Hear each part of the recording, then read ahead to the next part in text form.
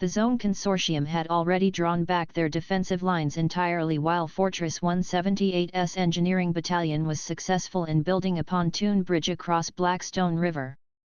The bridges that were constructed through current engineering technology and mechanical building equipment had no problems supporting mechanized troops crossing on them. Once Fortress 178 built up their defensive line on the other side of the river, this road leading up north would finally be considered completely opened.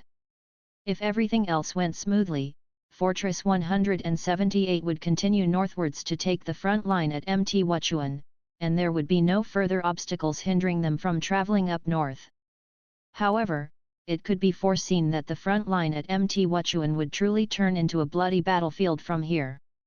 Countless soldiers of the Zone Consortium and Fortress 178 would get buried there and never return home. The Qing Consortium's mechanized infantry had already left and were returning to their own front to continue the fight against the Yang Consortium. It seemed like it was just as Tang Zhou had told Ren Xiaosu, that they did not have any intentions of fighting in the war in the Northlands. They were only here to send him a gift on Loyal Land's behalf. Meanwhile, Zhou Yinglong was very satisfied with the outcome of the battle at Mt. Qianguan. Although they also suffered casualties, it was much fewer than he had expected. When they gave chase towards the river, the Zone Consortium's troops on the shore were forced to jump into the river one after another. However, Zhou Yinglong was shocked to see some shadows chasing and biting the Zone Consortium's troops under the surface. In just a few minutes, the yellowish river turned blood red. The rivers these days were not safe anymore. Fortunately, the spring floods that Ren Xiaosu's group were caught in were only snow melt from the mountains and had no strange creatures mixed in upstream. Zhou Yinglong stood by the river and gazed at its surface. He attempted to establish communications with the razor-sharp company but could not get through at all. He got his subordinates to check whether any of the Zone Consortium's troops had relayed the news of Ren Xiaosu's group back to the Zone Consortium's headquarters, but they found out it did not happen. The Zone Consortium knew that someone had taken their ferry away, but they did not know where it was headed. Logically, anyone who did not want to die would not directly navigate the ferry towards the Zone Consortium's territory. Everyone thought the razor-sharp company would return and join up with the forward strike battalion soon after seizing the ferry. However, the razor-sharp company simply disappeared after that. After all, no one would have guessed that they would be so unlucky as to have their engine damaged by the enemy. At this moment, Zhang Xiaoman, Jiao Xiaochen, and the others were lying on the deck and looking up at the starry sky. The view of the vast galaxy in the night sky made them feel a little more relaxed. However, they were definitely not in the mood for stargazing but were lying on the deck so that it would be more convenient for them to puke into the river. Having puked for the entire afternoon, there was nothing more for them to vomit other than water. Zhang Xiaoman spoke up feebly, "I think we should have stayed on the shore and fought the Zone Consortium soldiers." "Yeah, that's right," Jiao Xiaochen replied. "I heard from Battalion Commander Zhou that whenever he gets so tired at the military base and goes home on his days off, he immediately recharges once he hears his son call him daddy. Hey, how about this? I feel like I'm dying now, so can you all call me daddy?" Someone shouted, "Fuck you. If I had any strength left now, I would get up and beat you up." Honestly, the members of the razor-sharp company would definitely have beat up Jiao Xiaochen if they were not currently seasick. Next to them, Lin Ping'an asked, "Since y'all are married, you can talk with your wives if you wanna have kids. I don't even have a girlfriend. Before setting off for our campaign, I wanted to confess to a girl but was too scared to do it in the end. Why didn't you do it?" Zhang Xiaoman asked. Lin Ping'an hesitated for a while. "Because an officer from the armored brigade is also wooing her. I feel like I'm inferior to him." Lin Ping'an, who was usually unafraid of most things, had turned cowardly in the face of such matters. Zhang Xiaoman said unhappily, "There's many others who are a lot more outstanding than you. Who does he think he is?" Lin Ping'an was speechless. "Was I fucking asking you to comfort me? But seriously, Ping'an, it's possible that you'll be promoted at least several ranks when we return. Once your rank is higher than his, you won't be afraid anymore. Suddenly, everyone started getting concerned about their futures as well. As a company, they had already wiped out 5 companies of the enemy forces. Moreover, nobody knew if they might win even more glory with Ren Xiaosu in the future. But most importantly, everyone felt they would return home alive. This was the faith Ren Xiaosu had instilled in them.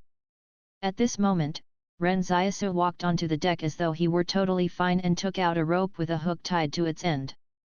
There was a piece of meat hanging off the metal hook, and Ren Xiaosu cast it out into the water. Lying on the deck, Zhang Xiaoman said helplessly, "How fucking frustrating. This seasickness is making us all feel like we're dying, yet he's in the mood to fish." But surprisingly, a fish immediately took the bait after the makeshift hook was cast into the water. Ren Xiaosu tugged on the rope as the fish struggled with all its strength in the water to get loose. But Ren Xiaosu was not in a hurry either, so he waited for it to slowly get tired. He was mainly worried that the line would snap if he tried to forcefully pull it in. After the fish stopped struggling in the water, Ren Xiaosu slowly retrieved the line and was surprised to see a huge black fish hanging from it. Isn't this a snakehead one? But it looks twice as large as what I've seen before," Ren Xiaosu muttered. "And its teeth are sharper as well." Suddenly, the snakehead fish slipped out of Ren Xiaosu's hands and fell onto the deck's floor. However, the fish did not stay put in that position. Instead, it flopped over to Zhang Xiaoman with its mouth wide open. Zhang Xiaoman was scared to death. "Hey, hold down that thing! Ren Xiaosu, you did that on purpose, didn't you? How can you not hold onto a fish with your immense strength?" Ren Xiaosu sighed as he held the fish tightly in his hands. "We can't see the underwater world, so we don't know what changes it's gone through. Anyway, let's try not to fall into a river like this. Who knows what might be hiding underneath? But this isn't necessarily a bad thing either. After the cataclysm, humans have not re-established the fishing industry on a large enough scale. After such a long period of reproduction, the fishes in the river alone might be enough to provide food for all the people in a stronghold. With Ren Xiaosu's fearsome combat strength, people tended to neglect that he was a wilderness survival master as well. Then Zhang Xiaoman climbed to his feet and grunted, "Look, is that the shore in the distance? The current's pushing us towards it. As the saying goes, shit happens." In the end, they were still pushed towards the Zone Consortium's territory by the current. The northern snakehead, Channa argus, is a species of snakehead fish native to China, Russia, North Korea, and South Korea, ranging from the Amur River to Hainan. https://n.wikipedia.org/wiki/northern_snakehead. But we still have to be careful. It won't be good if we encounter some refugees and they reveal our whereabouts, Zhang Xiaoman said in a serious tone. "If we encounter any refugees, do we kill them?" Jiao Xiaochen asked. "This war has nothing to do with refugees, so don't kill those innocent civilians." Zhang Xiaoman said with a frown, "Have you forgotten about the rules of Fortress 178? But, what Jiao Xiaochen wanted to say was that since they had now ventured into enemy territory, it might be a disaster for them if their whereabouts got exposed by any refugees they met. However, Zhang Xiaoman refuted, "No buts. How are we any different from the Zone Consortium if we kill civilians indiscriminately?" "All right then," Jiao Xiaochen acknowledged. Actually, this would increase the risk factor for the razor-sharp company. However, Fortress 178 had principles, so no one could really say whether this was the right decision or not. Of course, Fortress 178 would not be so popular with the northwestern people if they were not so principled. In fact, some of the commoners living in the Zone Consortium's territory were even saying that they were secretly leaning more towards Fortress 178 after war was declared between the Zone Consortium and them. Ultimately, everyone felt they could live a better life and possibly get taxed lower if Fortress 178 managed to drive the Zone Consortium away. "But where should we go after we get ashore?" Fu Rao suddenly wondered. His gunshot wound had been healing for 3 days after the black medicine was applied to it. In the area, the only route we can take to get back is by crossing the Buin Bridge, but that's already been destroyed by the Qing Consortium. Besides, there might also be a lot of the zone troops stationed there, so how are we gonna get back? We'll simply not go back then. Zhang Xiaoman waved it off and said, our forward strike battalion is mainly responsible for fighting during the early phase of the war. The forward strike battalion's mission ended after Mt Chienguan and the Buin Bridge were conquered, so it'll become the armored brigade's performance for the rest of the time. Why should we go back at this time? We're not going back? Why must we compare ourselves with the armored brigade? Our firepower isn't as strong as theirs anyway. Despite us winning so many battles, they'll definitely still be the ones credited with winning the war, Jiao Xiaochen said doubtfully. Zhang Xiaoman said, that's why we have to fight for the honor. Only those who are commended will be remembered by others, understand? It's pointless, Jiao Xiaochen muttered. Why is it pointless? Zhang Xiaoman asked with a sneer, do you know the highest mountain in the world? Jiao Xiaochen shook his head. No, Zhang Xiaoman was stumped by his response. He had wanted to say that people only remembered the highest mountain in the world, not the second or third highest ones. However, the illiterate Jiao Xiaochen did not even know the highest mountain in the world, so how was he supposed to make the point that he wanted to make? Ren Xiaosu piped up, didn't Battalion Commander Zhou say that the fortress's main forces will be fighting the war at the front line of Mt Wuchuan, which is north of Blackstone River? How long do y'all think the battle will go on for? At least 3 months. Zhang Xiaoman said, although I despise the Zone Consortium, there's way too many soldiers gathered at the Mt Wuchuan front line, so it's gonna take us several months to defeat them. Besides, our difference in strength is still quite relative since the Zone Consortium is also a modern army. If our commander wants to break through the front line at Mt Wuchuan, it won't be that easy. They might even end up fighting for up to half a year too.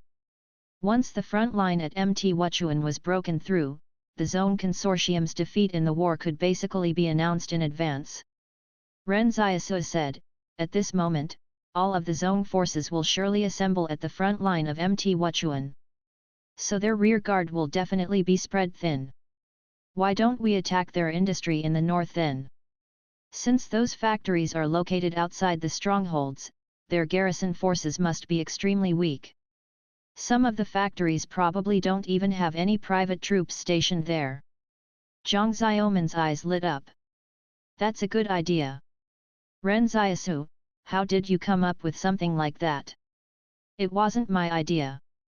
Ren Xiaosu sighed and said, this method is what the Qing Consortium used against the Yang Consortium. Currently, the Zone Consortium's situation is quite similar to the Yang Consortium's. They're both defenseless in the rear. Qing Zhen's means of dealing with the Yang Consortium had shown Ren Xiaosu the way. Zhang Xiaoman and the others looked at one another.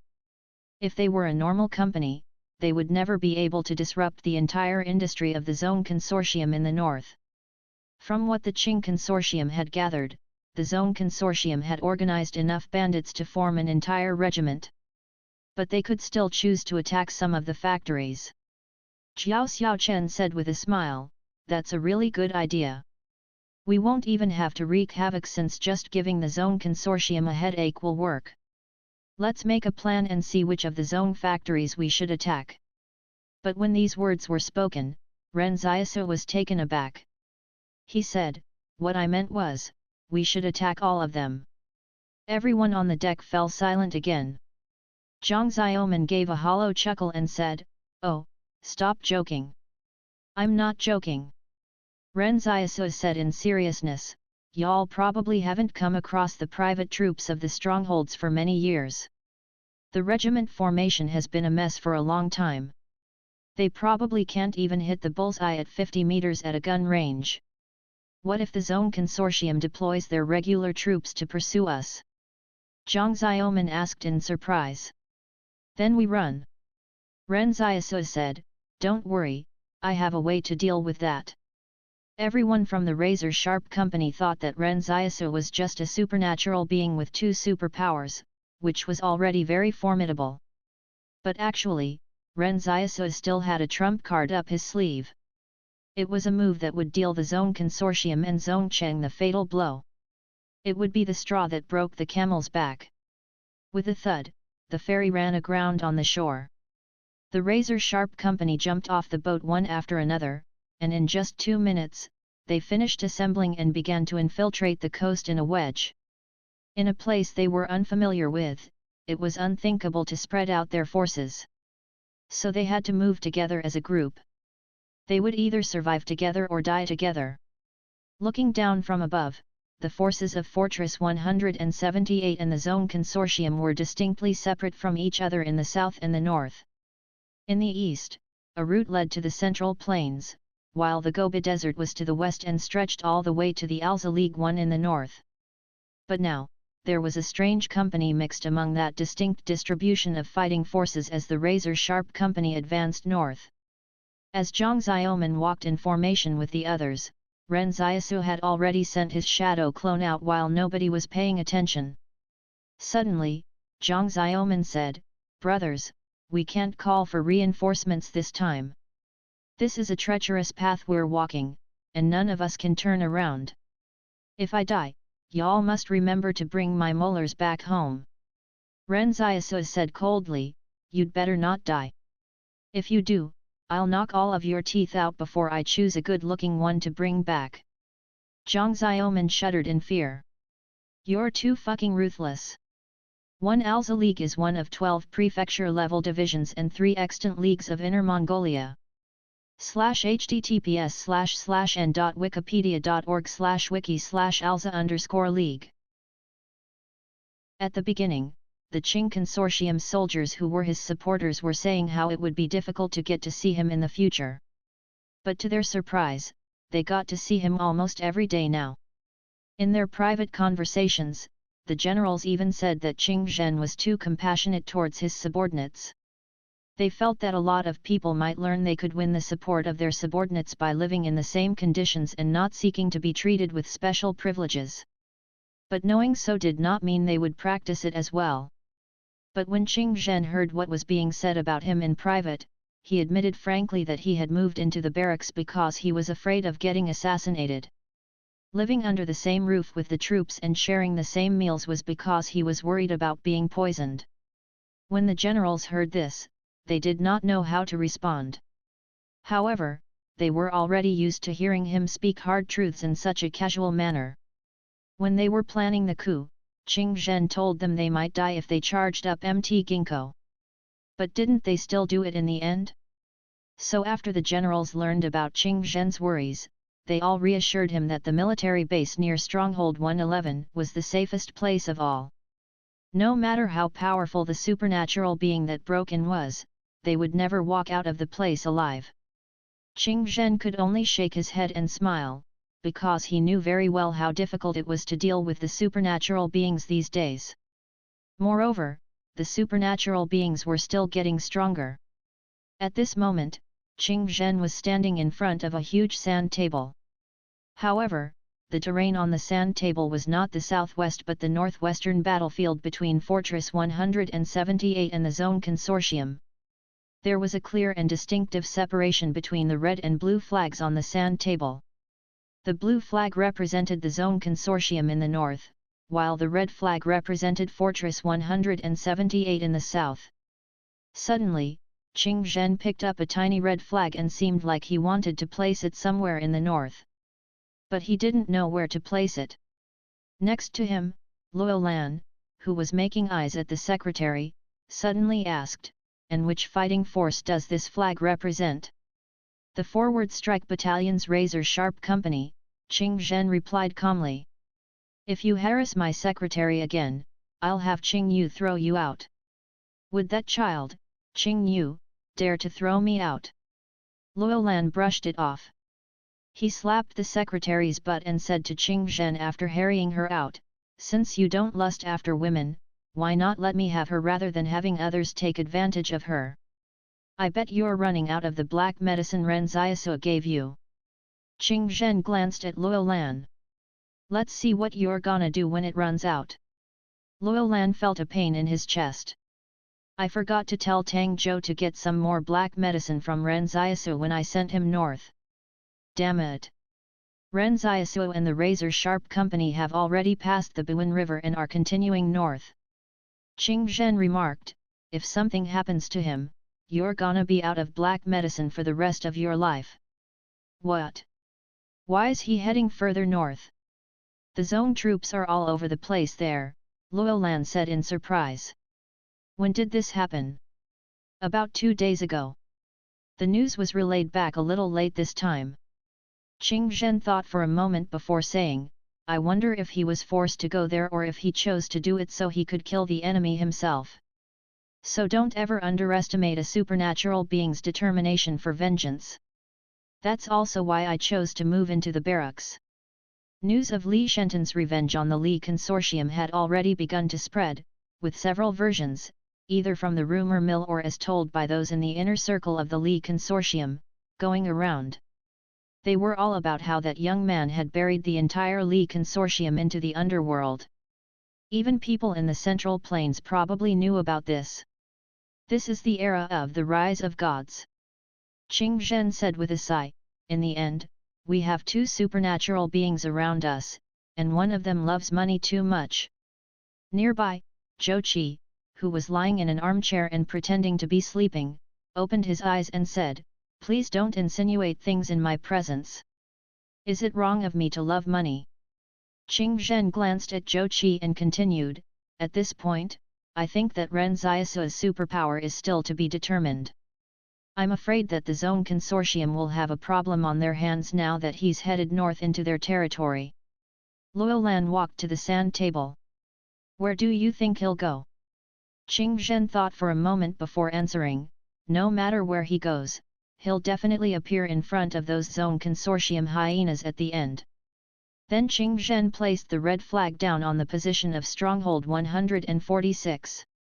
Pass along my orders. If our planted spy at Stronghold 146 encounters him, I want him to do his best to assist Ren Xiaosu. In comparison, I'd rather be neighbors with that damn group from Fortress 178. As Stronghold 146 was the Zone Consortium's headquarters, Luo Lan could not understand why Qing Zhen was so sure that Ren Xiaosu would go there. Who do you think will win between the Zone Consortium and Fortress 178? Zhou Qi asked. It's a smart move for the Zone Consortium to compact their defensive line. They know it'll be difficult to fight Fortress 178 if their field army is scattered across the wilderness, so they might as well take the fight to the front line at Mt. Wuchuan, Qing Zhen said with a smile. Once the real war kicks off, it'll be easy to lose sight of the important information in battles or have situations where orders are not conveyed properly even with the aid of modern comms. Also, the Zone Consortium will definitely have a contingency plan. After hiding in cowardice for decades, the hyena must have some kind of trump card for daring to bare their fangs all of a sudden. A trump card? Zhou Qi asked, so you think the Zone Consortium will win? No, Qing Zhen shook his head and said, we'll be underestimating Zhang Jinglan if you put it that way. I'm guessing he's waiting for the Zone Consortium to play their trump card first. Once the Zone Consortium initiates that plan, they'll be presenting the entire Northwest on a platter to him. Although Luo Lan and Zhou Qi could not understand what Qing Zhen was trying to say, they knew he had already figured something out. Zhou Qi muttered, why are you acting so mysterious? You should quickly think of a way to deal with the Yang Consortium instead of talking about the Zone Consortium all the time. Have you got nothing better to do? The Yang Consortium is no longer a threat to us, Qing Zhen said calmly. At this moment, an officer walked in and said, the Yang Consortium's envoy has been escorted here. Would you like him to come in? Bring him in, Qing Zhen said. The Yang Consortium's envoy was escorted into the command center. However, he looked very comical as he was all bound up. This was probably because the troops were worried that he would try and assassinate Qing Zhen. But the Yang Consortium's envoy was not angry. He put on a smile and said, "Dear Mr. Qing Zhen, Patriarch of the Qing Consortium, I'm here to speak with you on behalf of Yang Liken. Don't waste my time. If you have something to say, speak," Qing Zhen said lightly. The envoy looked at the people around him. He had planned on holding secret talks with Qing Zhen and had mentally imagined how to emulate the ancients and be a good lobbyist. However, he was tied up the moment he came in and had several guns pointed at him as well. In such a situation, he really couldn't fake it any longer. He said bluntly, "Yang Liken wants to form an alliance with you. Currently, there are expectations for high. He'll supply you with the defensive deployment map of the front line at Xiang, and you'll only be required to help him destroy the garrison there." The envoy put on an ingratiating smile and said, "To show our sincerity, I even brought the defensive deployment map with me." Qing Zhen raised his eyebrows and smiled at Zhou Qi. Then he said to the envoy, "How do I know that your defensive deployment map is real? Leave it with me first. I'll decide whether to help your boss after I analyze it." "Enough. Men, take him out. And make sure he leaves the defensive deployment map behind." With that, a group of fierce soldiers escorted the Yang Consortium's envoy out. Zhou Qi jumped to his feet and said, "Is he a fucking idiot or what? Why are they still fighting among themselves at a time like this? Does he think we're playing games with the Yang Consortium? And what did he mean by gifting Stronghold 97 and Stronghold 99 to us? Who gave him permission to gift us something we already own?" Qing Zhen said calmly, "Yang Huiyin from the younger generation of the Yang Consortium is the one guarding the front line at Xiang. As for Yang Liken, he's also a family member of the Yang Consortium. However, he was cast aside years ago and was made overseer of a stronghold to take charge of the factory's production levels in its vicinity." "He he." Luolan laughed and said, "Reality will always be stranger than fiction. The things you encounter in real life don't happen in stories. It's no wonder that Yang Liken was ostracized. So it's because he's actually an idiot." In the battle at Stronghold 88, the Li Consortium's nano-soldiers charged in and went on a frenzied killing spree. "I suspect the nanomachines in their bodies were controlling them rather than the other way around," Qing Zhen said. "In that battle, the Yang Consortium's core figures were basically all in Stronghold 88. Now that the Yang Consortium is without a leader, the entire Yang Consortium has started fragmenting. Thus, many of those who used to be ostracized would rather fight for control of the Yang Consortium than think about how to win the war. Yang Liken was not the only one who sent their people here. Others had done the same. Of course, not all of them were that stupid. The majority of them said they would stop resisting and hope to be granted an official position in the stronghold in the future. Meanwhile, people like Yang Liken were difficult to find even among the idiots. The outside world thought the Qing Consortium would get exhausted in the war with the Yang Consortium. But in reality, the Qing Consortium was just putting on a front. After all, the southwest and northwest were not the only places in this world. There was also the Central Plains. But there's also smart people in the Yang Consortium. Qing Zhen said with a smile, "Yang Huiyin, who is taking charge of the front line at Xiang, he said he didn't want to resist anymore and sought an official position. He even sent the defensive deployment map of the front line at Xiang to me. However, the defensive deployment map wasn't entirely real. He was trying to set a trap for me." Luolan said with a sigh, "For a huge organization like the Yang Consortium with their glorious past, who would have expected them to end up in this state?" Qing Zhen looked at the sand table and said calmly, "You should never reveal your trump cards or intentions. Else, you can only wait to be slaughtered. This chess game is not over yet." "Oh, right." Luolan asked, "What are we gonna do about the experimentals to the south?" Qing Zhen frowned slightly. Ever since the Li Consortium was destroyed, and with both the Qing Consortium and the Yang Consortium's forces returning to the north, the south's defenses were practically empty. The Qing Consortium could not possibly keep too many fighting forces guarding the south. So the territories that used to be under the Li Consortium's control were no longer able to hold back the experimentals. After the Yang Consortium's defeated troops escaped with their tails tucked between their legs, Qing Zhen left a brigade in the south to ward off the experimentals. But with so many strongholds in the region, how could a single brigade defend them all? Besides, their main objective there was to take over the strongholds and force the former officials to surrender their assets. In less than 2 months, the experimentals had occupied yet another stronghold and turned it into their territory. It was like a purgatory filled with demons in the fallen stronghold. If the Qing Consortium had not left behind an entire brigade, perhaps even more people would have died. Qing Zhen thought for a while and said, "Let Qing Yi know that he has 15 days to capture the front line at Xiang. After that, he is to lead the troops south to exterminate the experimentals. I don't want to see any more people dying." For a person who had orchestrated the entire war in the southwest to suddenly say that he did not want to see any more people dying sounded extremely absurd. However, no one knew what Qing Zhen was thinking at this moment.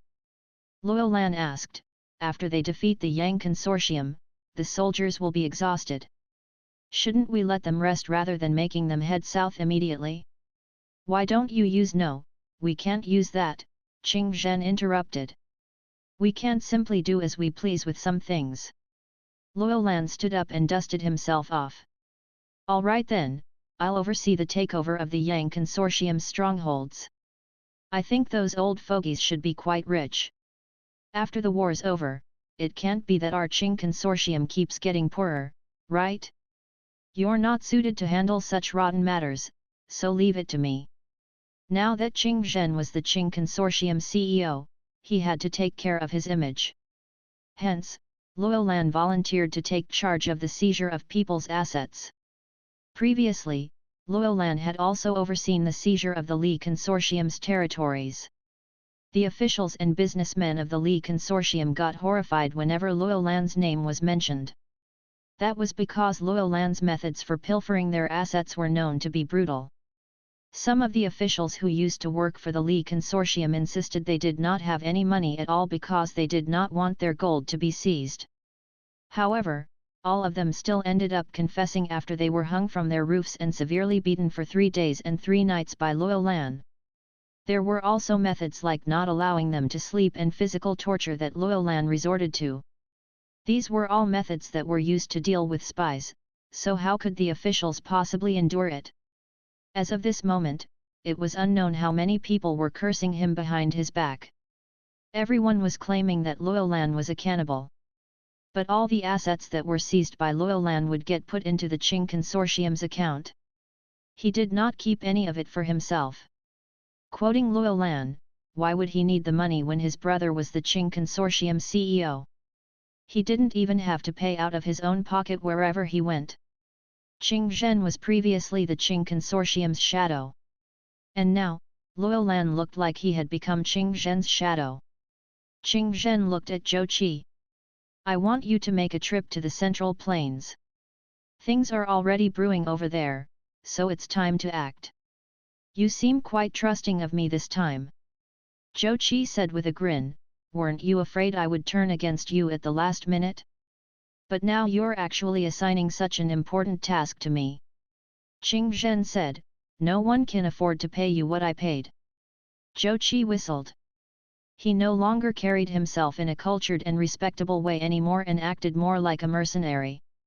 He said with a smile, "Boss's generosity knows no bounds. The war in the southwest will be over soon, and the entire southwest will be flying the flag of the Qing Consortium. Looks like I made the correct decision back then." However, Qing Zhen suddenly said after a long silence, "I don't think it's worth being happy about." Qing Zhen stood next to the sand table and looked at the entire layout. Luo Lan suddenly remembered that his younger brother once said he actually preferred cultivating flowers to this. Well, didn't Ren Xiaosu join Fortress 178 to fight the Zone Consortium? Li Shenton said, "He must want to kill everyone from the Zone Consortium, Don Cha think." MHMSI Loren nodded. "Then look at it this way.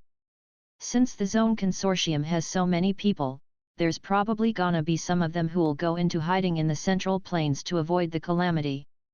So we're here to help Ren Xiaosu catch the fish that slipped through his net. Li Shenton chuckled and said, in this way, no one from the Zone Consortium will escape. Are we going to capture them? Si Loren asked in seriousness, but where are we gonna lock them up? That was just an example. We're actually gonna kill them. When Li Shenton talked about killing people, it looked like it was nothing to him. Hu Shuo had been meditating next to them. Li Shenton looked at him and said, Grandpa, are you sure this is the only route for the Zone Consortium's people to head to the Central Plains? Hu Shuo said with his eyes closed, no, there's many other routes leading east. But if they're driving, this is the only road they can take for now. How can those self-important people who are used to living comfortably in the strongholds possibly try to pass through the treacherous mountains on foot? If they had the courage, they wouldn't be fleeing to the Central Plains. That's true. Li Shenton nodded. Hu Shuo's mental fortitude was excellent. Even in the wilderness, he did not show any signs of being fazed, nor did he feel bored about meditating with his eyes closed. All of a sudden, the sound of vehicles approaching from afar rumbled.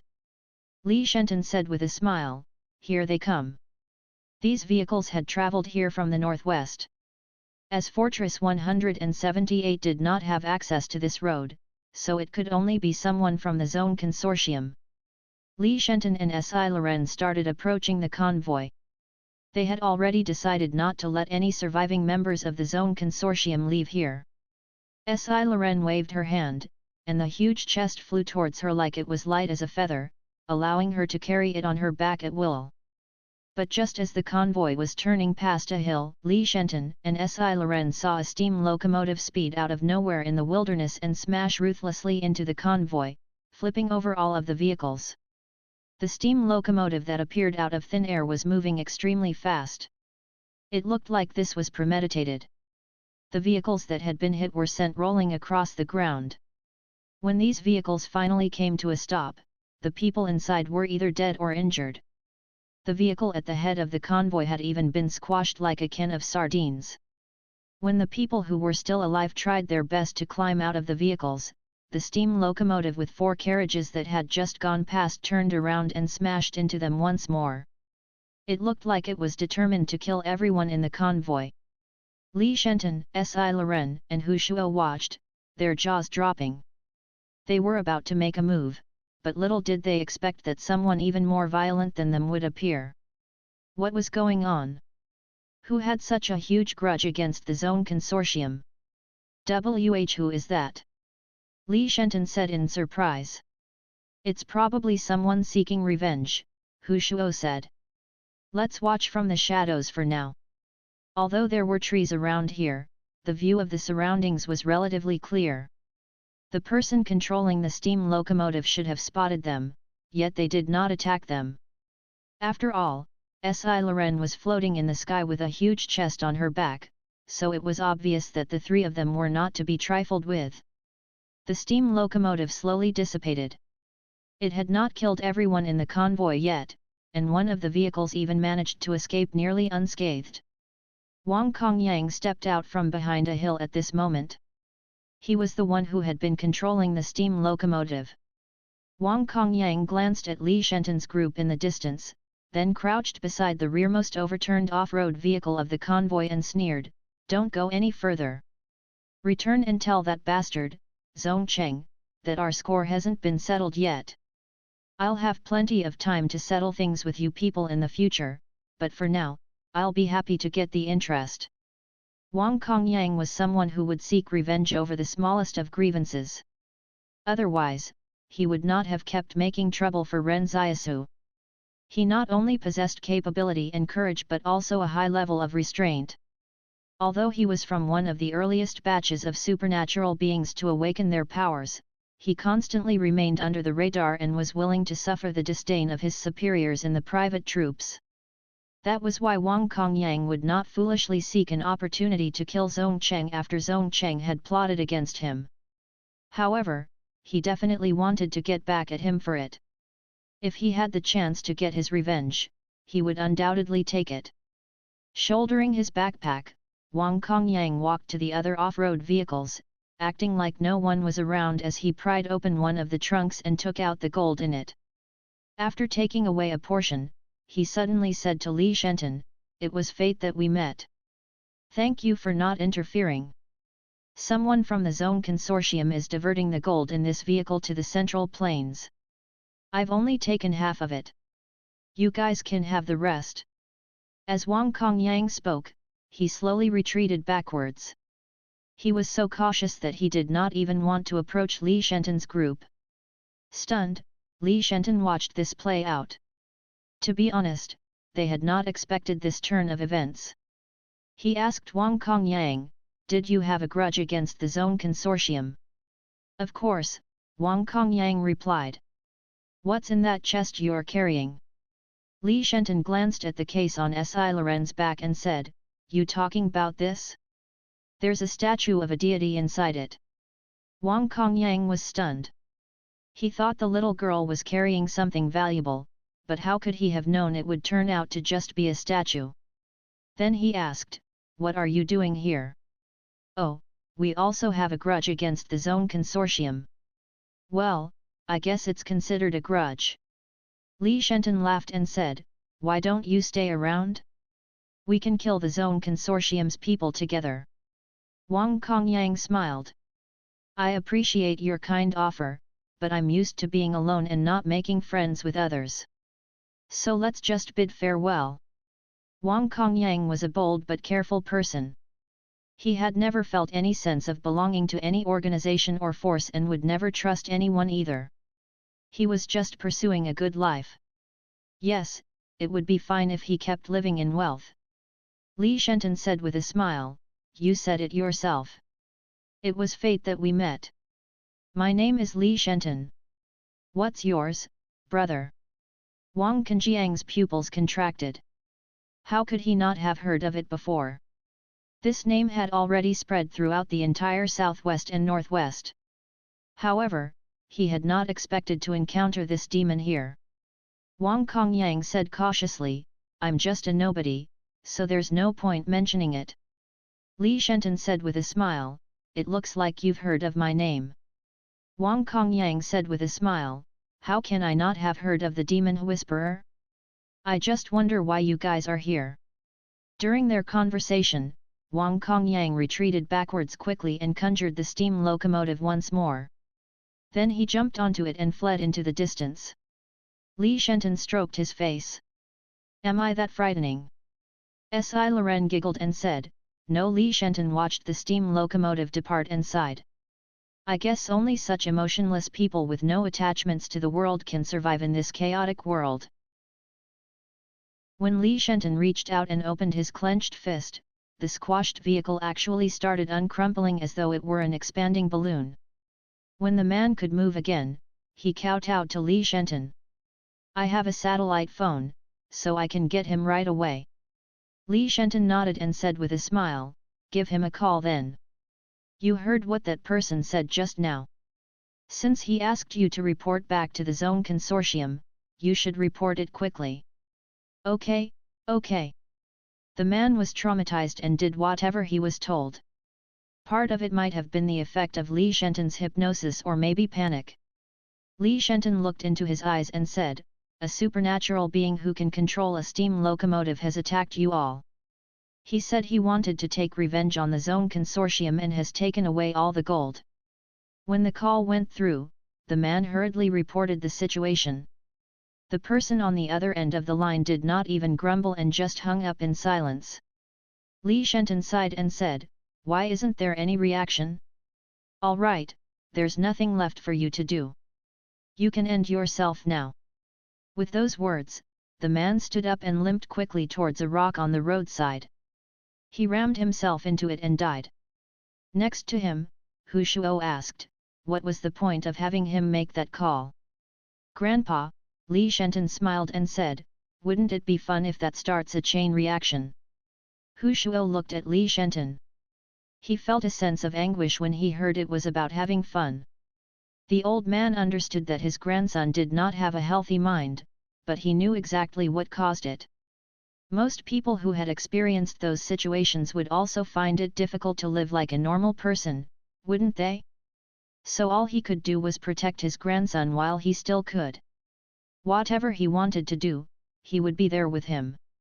Meanwhile, Ren Xiaosu, who had just reached the shore, was unaware that the big picture in the south had been decided. Li Shenton was guarding at the Zone Consortium's escape route and saying he wanted to help Ren Xiaosu eradicate all of the Zone Consortium's people.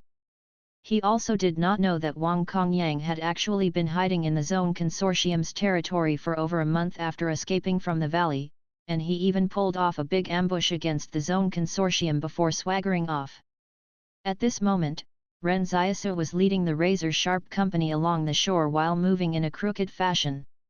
When the group of thugs from the razor-sharp company disembarked from the ferry, they could barely maintain the wedge. However, they seriously underestimated the after-effects of seasickness. After all, this group of people had been seasick on the ferry for 2 days and 2 nights. They did not have much to eat during this period, and even when they did eat something, they ended up vomiting it all out. The entire group was tottering around and could not even keep to a straight path. When Ren Xiaosu asked them whether they were all right, they still answered that they were fine. After coming ashore, they would definitely have to do something. Ren Xiaosu suggested that they change out of their uniforms first. Zhang Xiaoman had suggested they put on the Zone Consortium's khaki uniforms and impersonate the Zone Consortium's soldiers to catch the enemy by surprise. But there were too many holes in the uniforms they could gather at that time, so Ren Xiaosu rejected the idea. Right now would be the correct moment for them to put on the Zone Consortium's uniforms. They almost certainly wouldn't encounter any friendlies in the place they were stepping foot in. There would only be enemies here.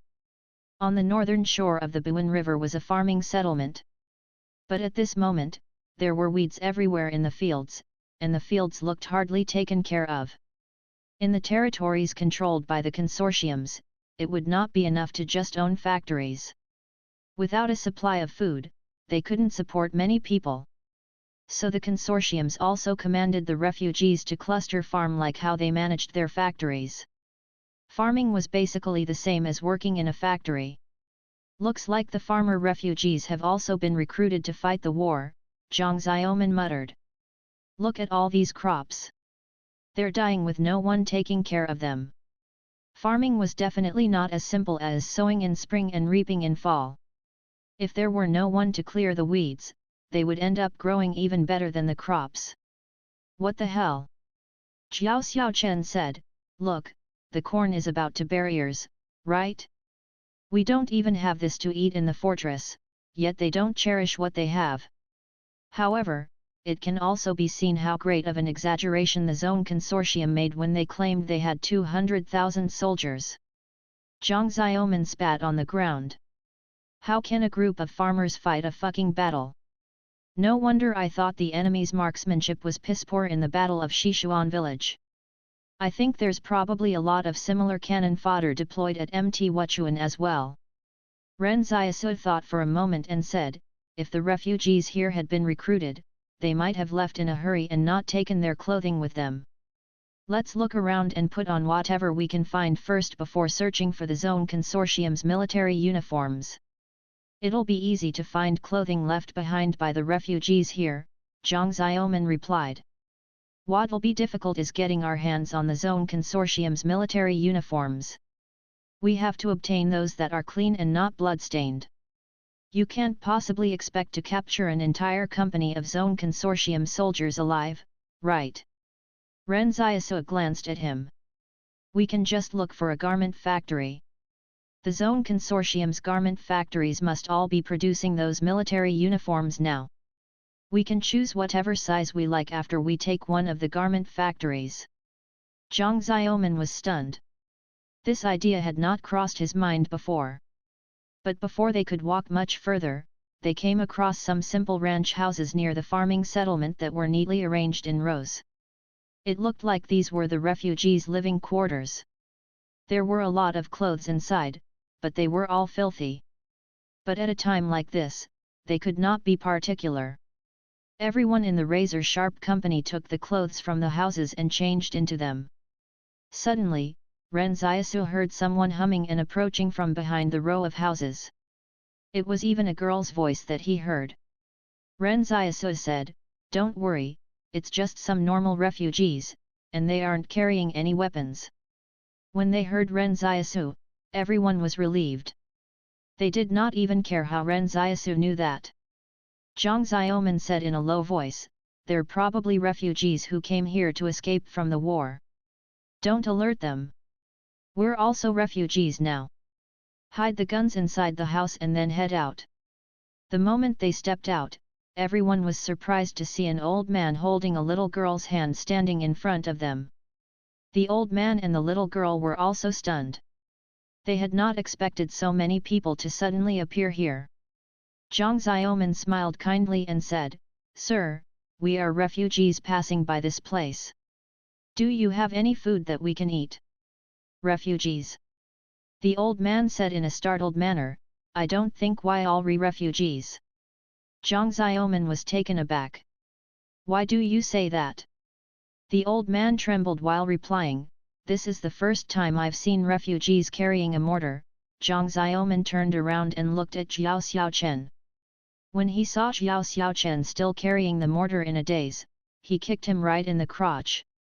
Only now did the razor-sharp company finally snap out of their seasickness. Zhang Xiaoman said angrily, "Why are you still carrying the fucking mortar?" Xiao Xiaochen climbed back to his feet and muttered, "Captain, you only told us to leave our guns in the houses. You didn't say anything about the mortar." Ren Xiaosu asked the old man, "What's the stronghold closest to here?" "That would be stronghold 144, the old man replied truthfully. "It's about 60 kilometers to the west." Ren Xiaosu looked at Zhang Xiaoman. "So can you confirm our location now?" "Yes." Zhang Xiaoman nodded. Stronghold 144 is the Zone Consortium's granary, as 70% of the farming settlements are located near it. You could say it's a stronghold that was specially built for handling food stores, just like what Stronghold 114 is to the Qing Consortium. "Oh, I see." Ren Xiaosu nodded and said, "Then let's start by attacking the areas around Stronghold 144 first."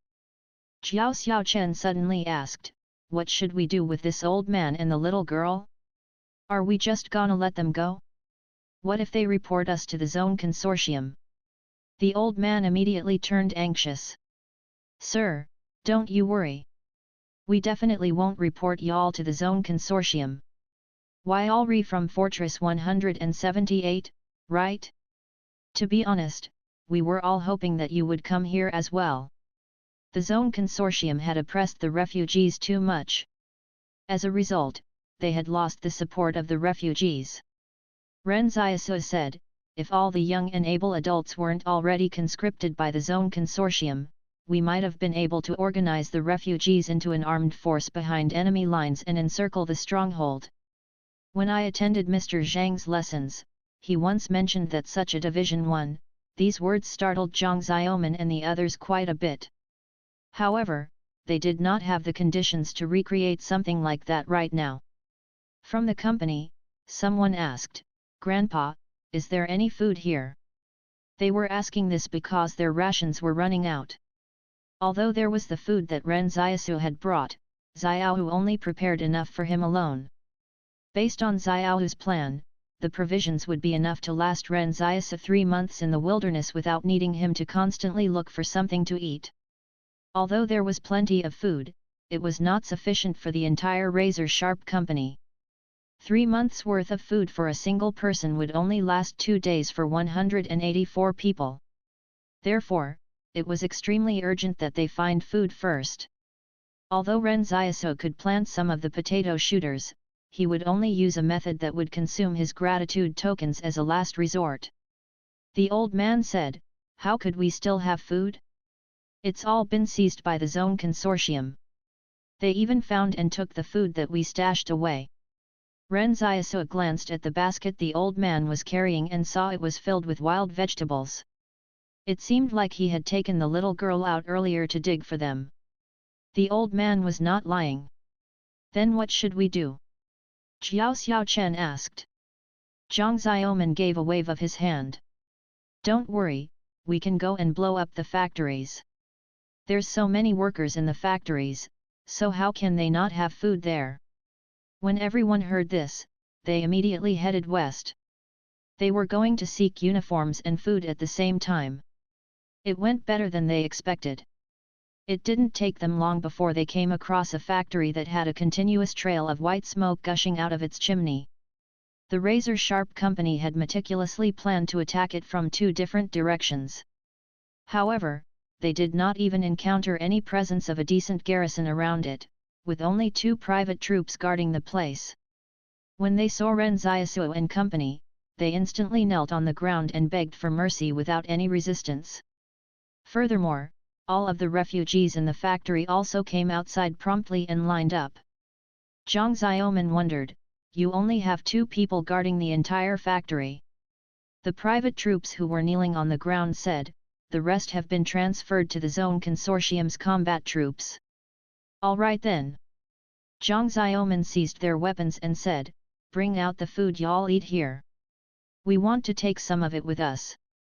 The 2 private soldiers hesitated a little but still ended up doing as they were told. However, Zhang Xiaoman and the others were shocked when they saw the moldy cornbread that was brought out. He said in surprise, is this all you have in this factory?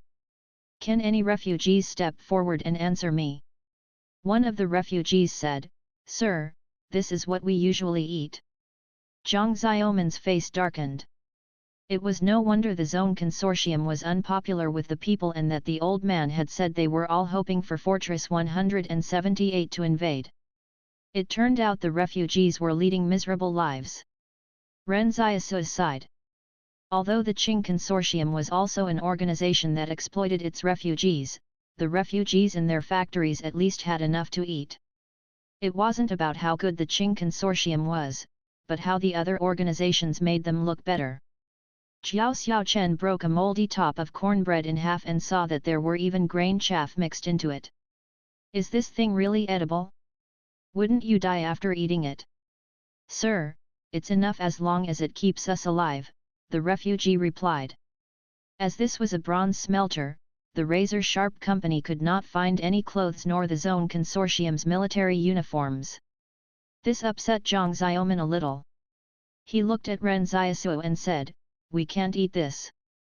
We've also eaten horrible food before, but we really can't eat something that's already moldy. It'll affect our combat effectiveness. I think it'll be the same at the other nearby factories, Ren Xiaosu lamented. So if we want something to eat, we'll have to find it at the Zone Consortium's stronghold. Since Stronghold 144 is known as the Zone Consortium's granary, we'll definitely find food there. Besides, if we can destroy that granary, it'll trouble the Zone Consortium quite a bit. If their troops don't have any food to eat during the war, they might just stage a mutiny. Dream on. Zhang Xiaoman joked. There should be at least a regiment garrisoned inside Stronghold 144, so how are we supposed to attack it? Ren Xiaosu piped up, we can attack their baggage train first. Initially, the razor-sharp company did not wish to come into contact with any of the Zone Consortium's regulars since they were behind enemy lines. But now, they had no choice but to fight. If they did not fight, they would starve to death. Their hand was forced by circumstance. No one could have expected that the bloodshed about to take place within the Zone Consortium's territory would actually be sparked by a search for food. 2 days later, the Zone Consortium's headquarters suddenly received news that a convoy moving provisions had been attacked by a small group of enemy troops outside Stronghold 144. As the enemy was only a single company from Fortress 178, they did not manage to completely wipe out the supply column. Currently, Stronghold 144's Garrison Infantry Regiment was pursuing this company with all its might. A general at the headquarters on the front line frowned when he received this news. As Stronghold 144's geography was unique, Fortress 178 would have to cross a river to be able to attack that place. But since Fortress 178 did not have any ships, the Zone Consortium did not worry too much about this place when they were previously considering their strategic plans. But to their surprise, something just had to happen at Stronghold 144. The headquarters issued an official document to Stronghold 144 to order the infantry regiment's commander to eliminate this company that came from Fortress 178. He was to ensure the safety of the rear supply lines. But just a few hours after the document was sent, Stronghold 144 relayed the news that the regiment had lost sight of the enemy. The general at the headquarters who was in charge of logistics was enraged. How could you even lose sight of the enemy inside your own territory? Find them. Locate this company no matter what. Otherwise, you won't have to be the regimental commander anymore. At first, everyone was still on edge as they were afraid something could happen. After all, Ren Xiaosu's idea of hiding in the factory was a bold one. They were surprised that none of the refugees had any intentions of tattling on them. But of course, they did not have the chance to do so either. The refugees said that being a snitch was more trouble than it was worth. Even if they tried every means possible to escape from here and went to inform the Zone Consortium, they would not be given any rewards. The Zone Consortium's harsh treatment of the refugees was evident. Some of the refugees even requested that Ren Xiaosu and company equip them with firearms as they hoped to join the battle to fight the Zone Consortium together. Zhang Xiaoman naturally did not agree. But he sighed emotionally and said, if a civilization wants its people to fall to its knees, then the people will show that civilization the pride of their savagery. Ren Xiaosu looked at Zhang Xiaoman in surprise. You're quite cultured. I didn't think of it. Zhang Xiaoman chuckled and said, Commander Zhang said it. After they successfully seized the food, the razor-sharp company hid in the factory again and lay in wait for another opportunity. Meanwhile, the infantry regiment was not expecting the razor-sharp company to be so bold as to hide right under their noses. Currently, the garrison of Stronghold 144 must be conducting a thorough search for us.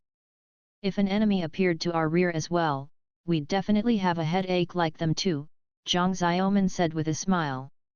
Amid their chattering, the factory carried on with its usual operations. Only in this way would it not seem suspicious. Ren Xiaosu said, the zone troops will definitely come around to ask if there are any suspicious figures around. At that time, we can determine whether they've split up into groups or concentrated their forces to search for us. If they have split up, we can seize the opportunity to attack them. Although the general in charge of logistics at the Zone Consortium's headquarters was furious, he also felt that the matter was not actually that serious. They had already guessed that this company might have been the one that accidentally made the river crossing at Mt. Chienguan, but it would be fine as long as they were not the main forces of Fortress 178. After all, a regiment's strength was 10 times that of a company's. It was obvious who would win. The infantry regiment left behind a battalion to defend Stronghold 144, while several companies were deployed to search in all directions. According to their plans, if a company encountered the enemy, they should stall and call for reinforcements. It would then take at most 2 hours for 2 of their companies to surround the enemy. But less than 2 days later, headquarters received yet another report that a company from the Garrison Infantry Regiment of Stronghold 144 had been wiped out and that the enemy remained on the loose. On that same afternoon, another company was wiped out by the enemy. This company that was killed had actually gone to support the first company that was taken out. Headquarters was alarmed. What was this turn of events? Didn't the enemy only consist of a single company? How did they manage to wipe out 2 companies of theirs? The Zone Consortium's infantry regimental commander was not an idiot. He immediately combined his fighting forces and no longer split them up. This regimental commander even went to the battlefield to have a look. He was surprised to discover that the enemy did not suffer any casualties in the previous battles. What the hell was with this combat effectiveness? A supernatural being had to be part of this Fortress 178 company. The regimental commander frowned as he stood on the battlefield and wondered how he should resolve this thorn in the side. His responsibility for staying behind at Stronghold 144 was to ensure that the logistics and provisions to the front line were kept safe. If this problem remained unresolved, he probably wouldn't keep his position as the regimental commander. But then a pink mist erupted from the regiment commander's chest, and his entire body was knocked backwards. The soldiers around him grew anxious. Sniper! Sniper! Save the CO! But how could the regimental commander who was shot in the chest by a sniper rifle possibly survive that? To be honest, the Zone Consortium had never fought tough battles before. Most of the officers at the grassroots level did not even have the awareness to keep a lookout for snipers. No one could have expected that a sniper would actually appear here. How could an elite soldier like a sniper be attached to an infantry company? Just how many troops from Fortress 178 had crossed the river? Meanwhile, the Zone Consortium's headquarters was still waiting for news of the annihilation of the Razor Sharp Company. However, they were told about the regimental commander's death instead.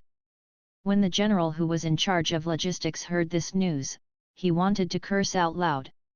He immediately handed the case over to the Department of War for them to handle. This was a big deal. There was a need to appoint a new regimental commander, and someone had to be held accountable as well. In fact, Ren Xiaosu was also unaware that he had killed the regimental commander of Stronghold 144's garrison. He was purely trying his luck when he found a commanding point to observe the battlefield from. But when he spotted the regimental commander in his scope, he decisively took a shot at him. After Ren Xiaosu scurried off from his sniping position, he even asked the palace, "What's my firearms proficiency now?" The voice from the palace answered, "Master. Not bad at all." Ren Xiaosu was happy.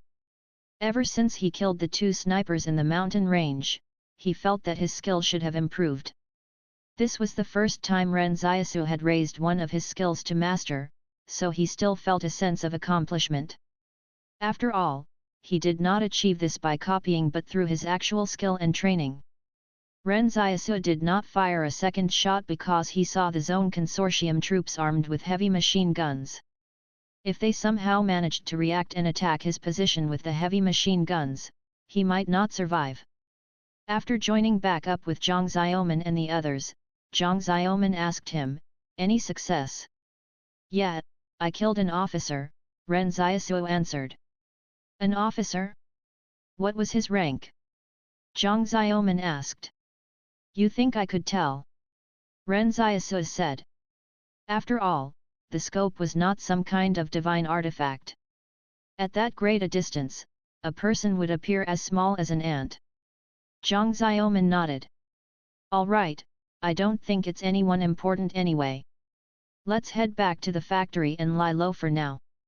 This time, they stayed hidden for 7 days straight.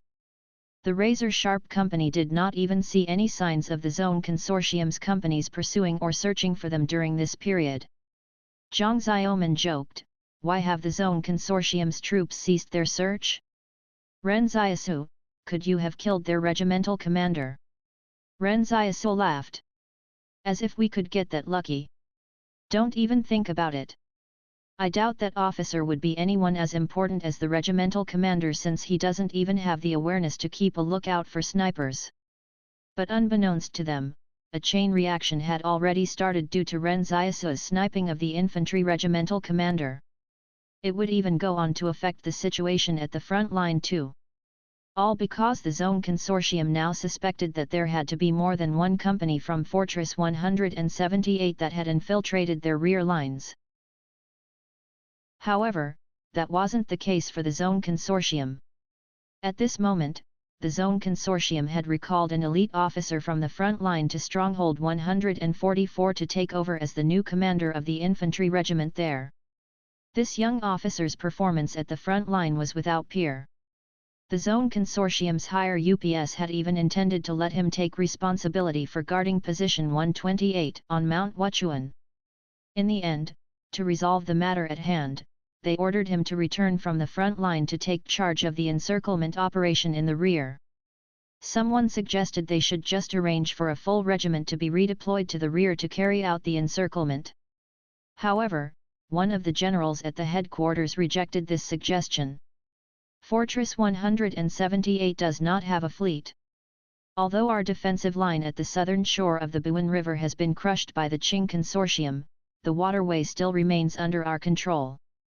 There are no other vessels on that river, and even if there were, we would have spotted them already. Therefore, this fighting force from Fortress 178 that's currently sneaking around in our backyard must be the troops that boarded the ferry at the harbor behind Mt. Qianguan. That ship can fit 300 people on it at most, so this is the intel we have to work with. MHM, the 1237th Regiment from Stronghold 144 isn't weak either. If Zhong Jing still can't handle this matter with a regiment at his command, he's probably not that capable after all, a middle-aged general said calmly. At this moment, everyone stopped talking. This general actually brought up the internal strife between the factions of the organization the moment he spoke. Just like most other organizations, the Zone Consortium had cracks in the foundation.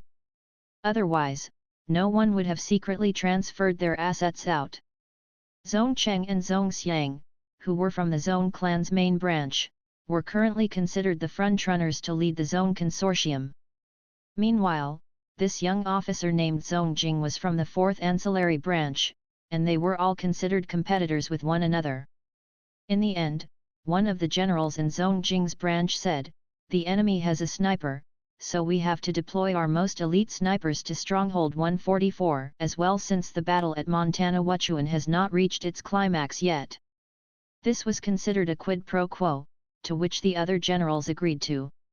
Stronghold 144 was about 500 kilometers away from Mount Wuchuan, and the Zone Consortium had built a simple concrete road to link up these two locations. But due to tectonic movements and a lack of maintenance, the road was already riddled with potholes and cracks. Currently, Zhong Jing had the most elite snipers from the Zone Consortium traveling with him. The off-road vehicle was driving down the road at a top speed of only 50 km per hour. Zhong Jing had set off during the night to head to Stronghold 144. As he was traveling light, he arrived in the territory that was overseen by Stronghold 144 by the next afternoon.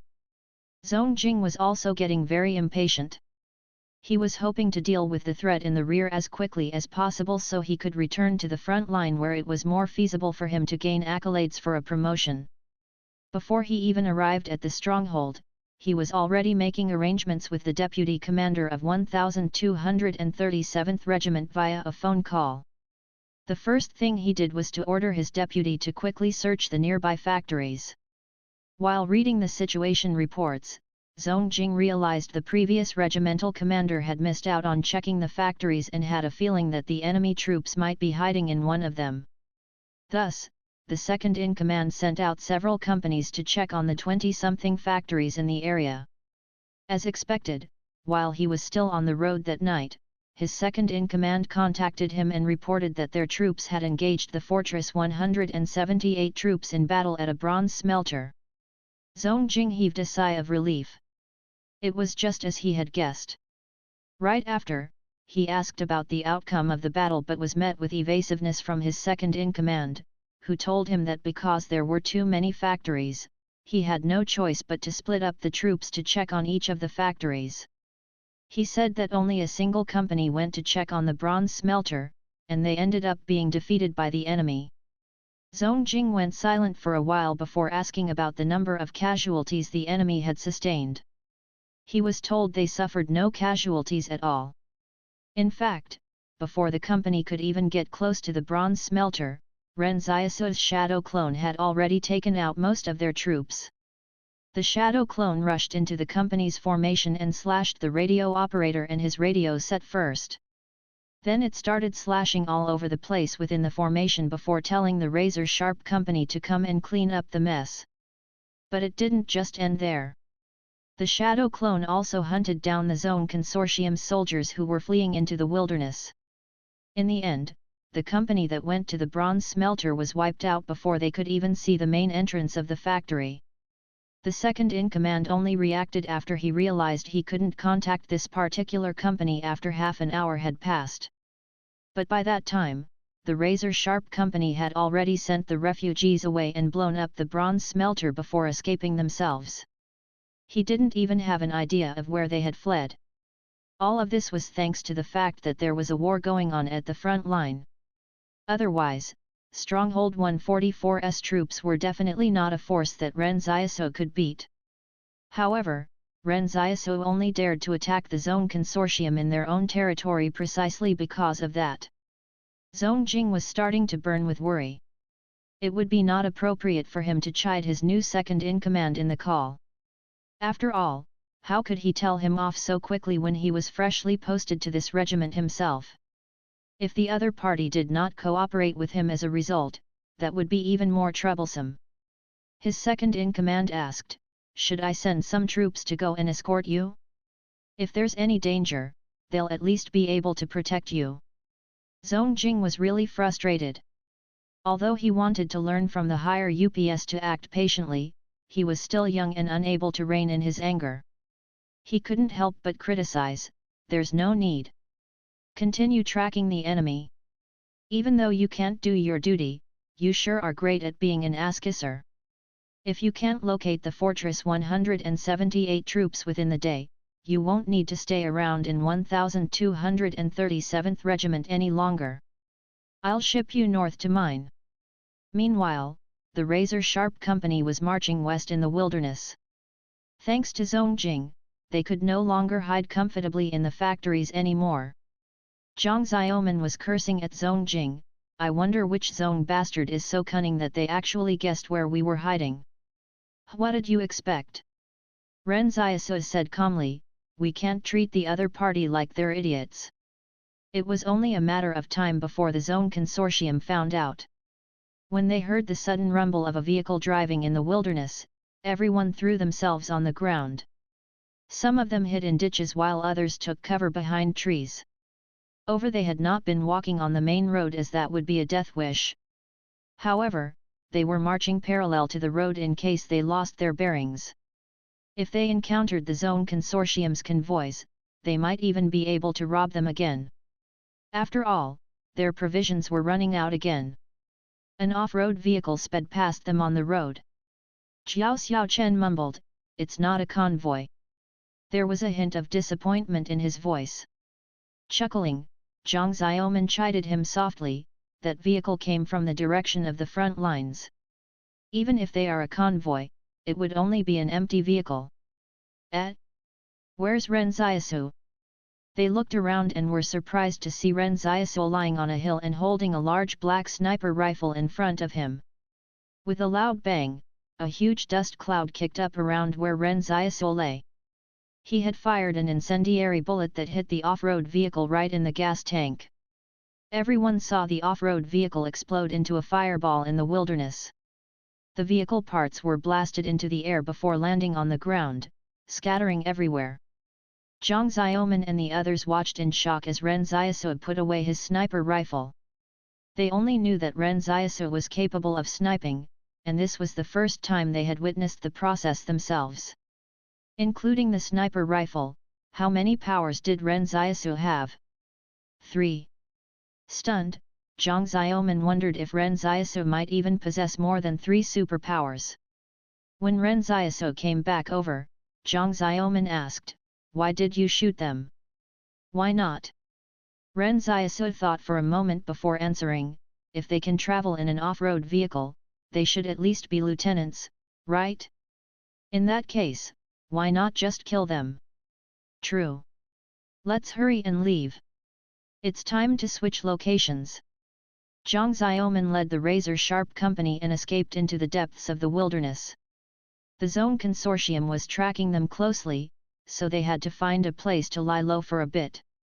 But when news of Zhong Jing's death was reported back to headquarters, the Zone Consortium's central command fell so quiet that only their heartbeats could be heard. The fourth ancillary branch of the Zone clan knew that Zhong Jing was definitely not comparable to Zhong Cheng or Zhong Xiang, but still, he couldn't just die like that. Moreover, Zhong Jing had taken 2 of the most elite snipers from the Zone Consortium's military with him. As a matter of fact, the cost of training a sniper was comparable to training a fighter pilot before the cataclysm. "I'll deploy the recon battalion to Stronghold 144. A general said gloomily, "I want to make sure these Fortress 178 troops will never return home." Seconded. "It's better to leave such pursuits in the wilderness to the recon battalion. Besides, the front at Mt. Wuchuan doesn't require them either. But more importantly, we can't allow these Fortress 178 troops to find out about our contingency plans," the general sitting at the end of the conference table said in a low voice. Everyone was cowed by the words. The contingency plans seemed extremely important. Moreover, Stronghold 144 was the Zone Consortium's granary, and the military rations at the front line could only last for about 15 days. If they did not resolve the problem of the infiltration quickly, the battles at the front line might get affected as a result. "It's decided then. Order the recon battalion to set off immediately. As for the role of the infantry regiment's commander, I recommend Zhong Han take over. The defeat we suffered at the Buin River has already proven that Zhong Han is not suitable as a brigade commander, so demote him and make him report to Stronghold 144 instead." Seconded, "But let's not make the same stupid mistake as the previous time. Have the 1237th Regiment send some troops to receive him." All of the Zone Consortium's generals were upset. Although this issue did not really affect the Zone Consortium as a whole, these troops from Fortress 178 that had infiltrated their rear lines were a thorn in the side and a niggling source of pain. They were about to begin the final battle at Mt. Wuchuan, yet they still had to redeploy their troops to the rear. However, the razor-sharp company evaporated into thin air and did not appear again around Stronghold 144 for the next 7 days. When the Zone Consortium's reconnaissance battalion arrived, they started tracking from the area where Zhong Jing was attacked. These soldiers were all experts at hunting people in the wilderness, so it would be easy to find the tracks of an entire company if they wanted to. For example, trampled grass, human excrement, and other tracks that suggested people had been there before would all alert them. But when they followed the trail to a small stream, the tracks stopped abruptly.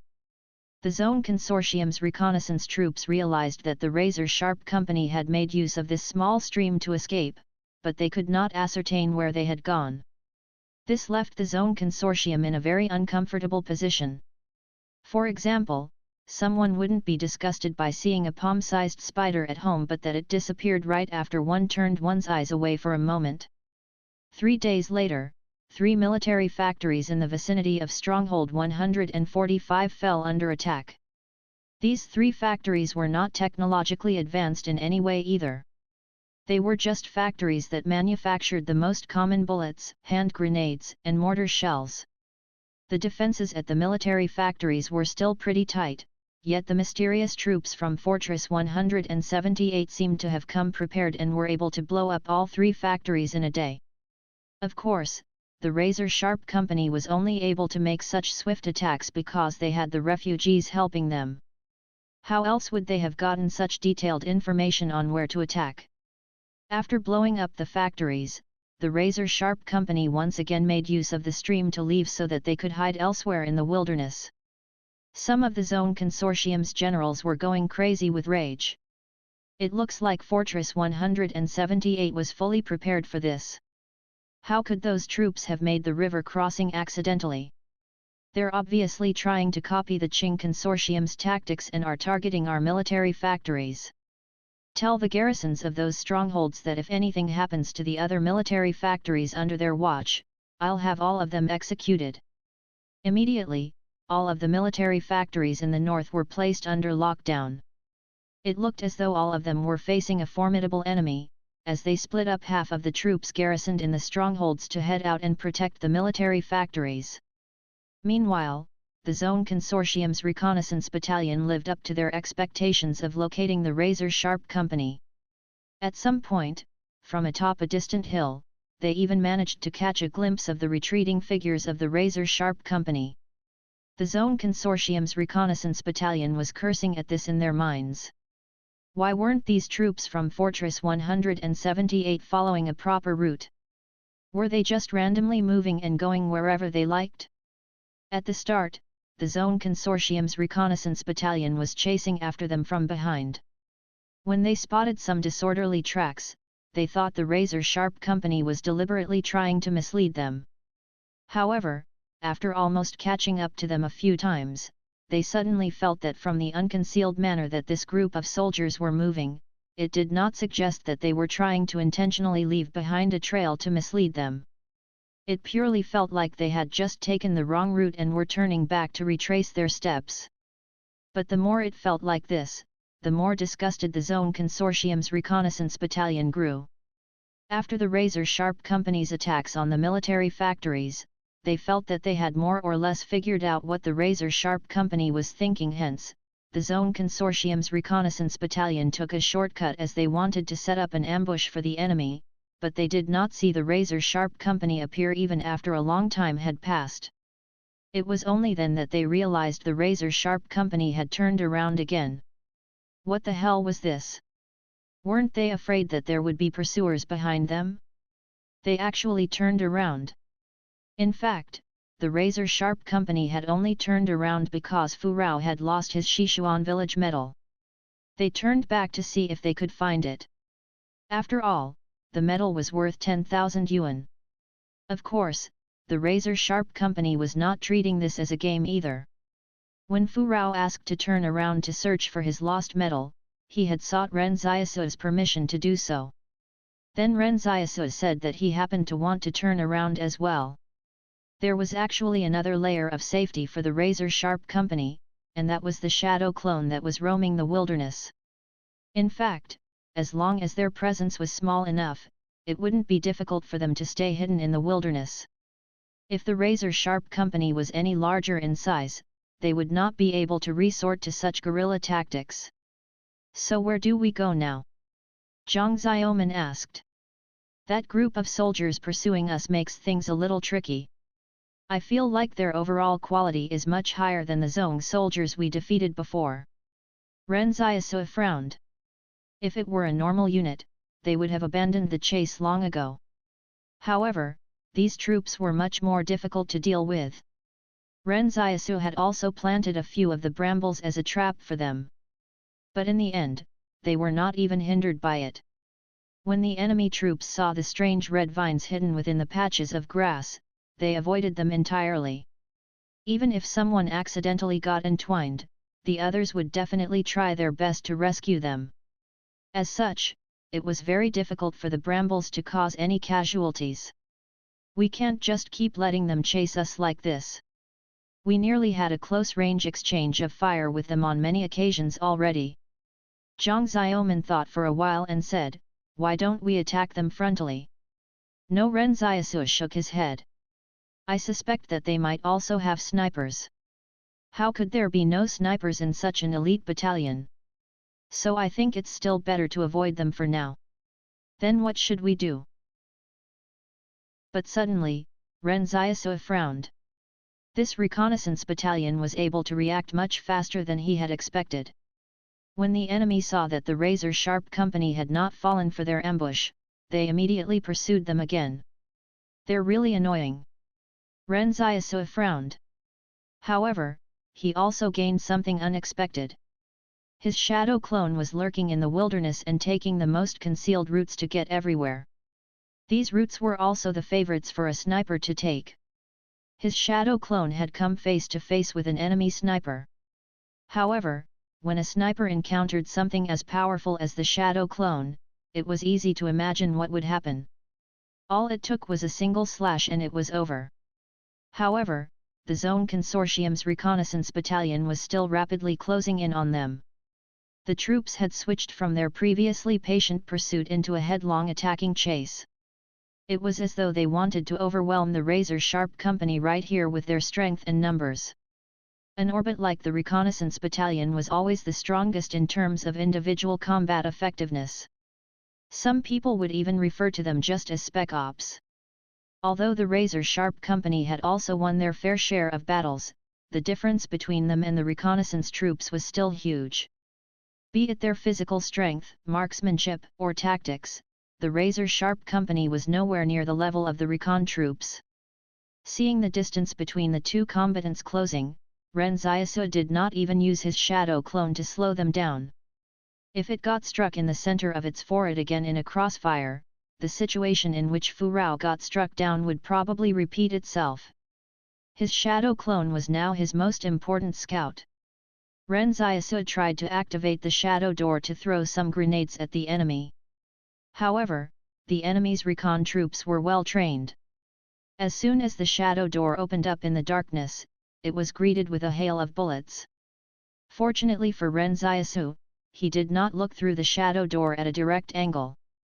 Otherwise, the bullets would probably have penetrated and struck him.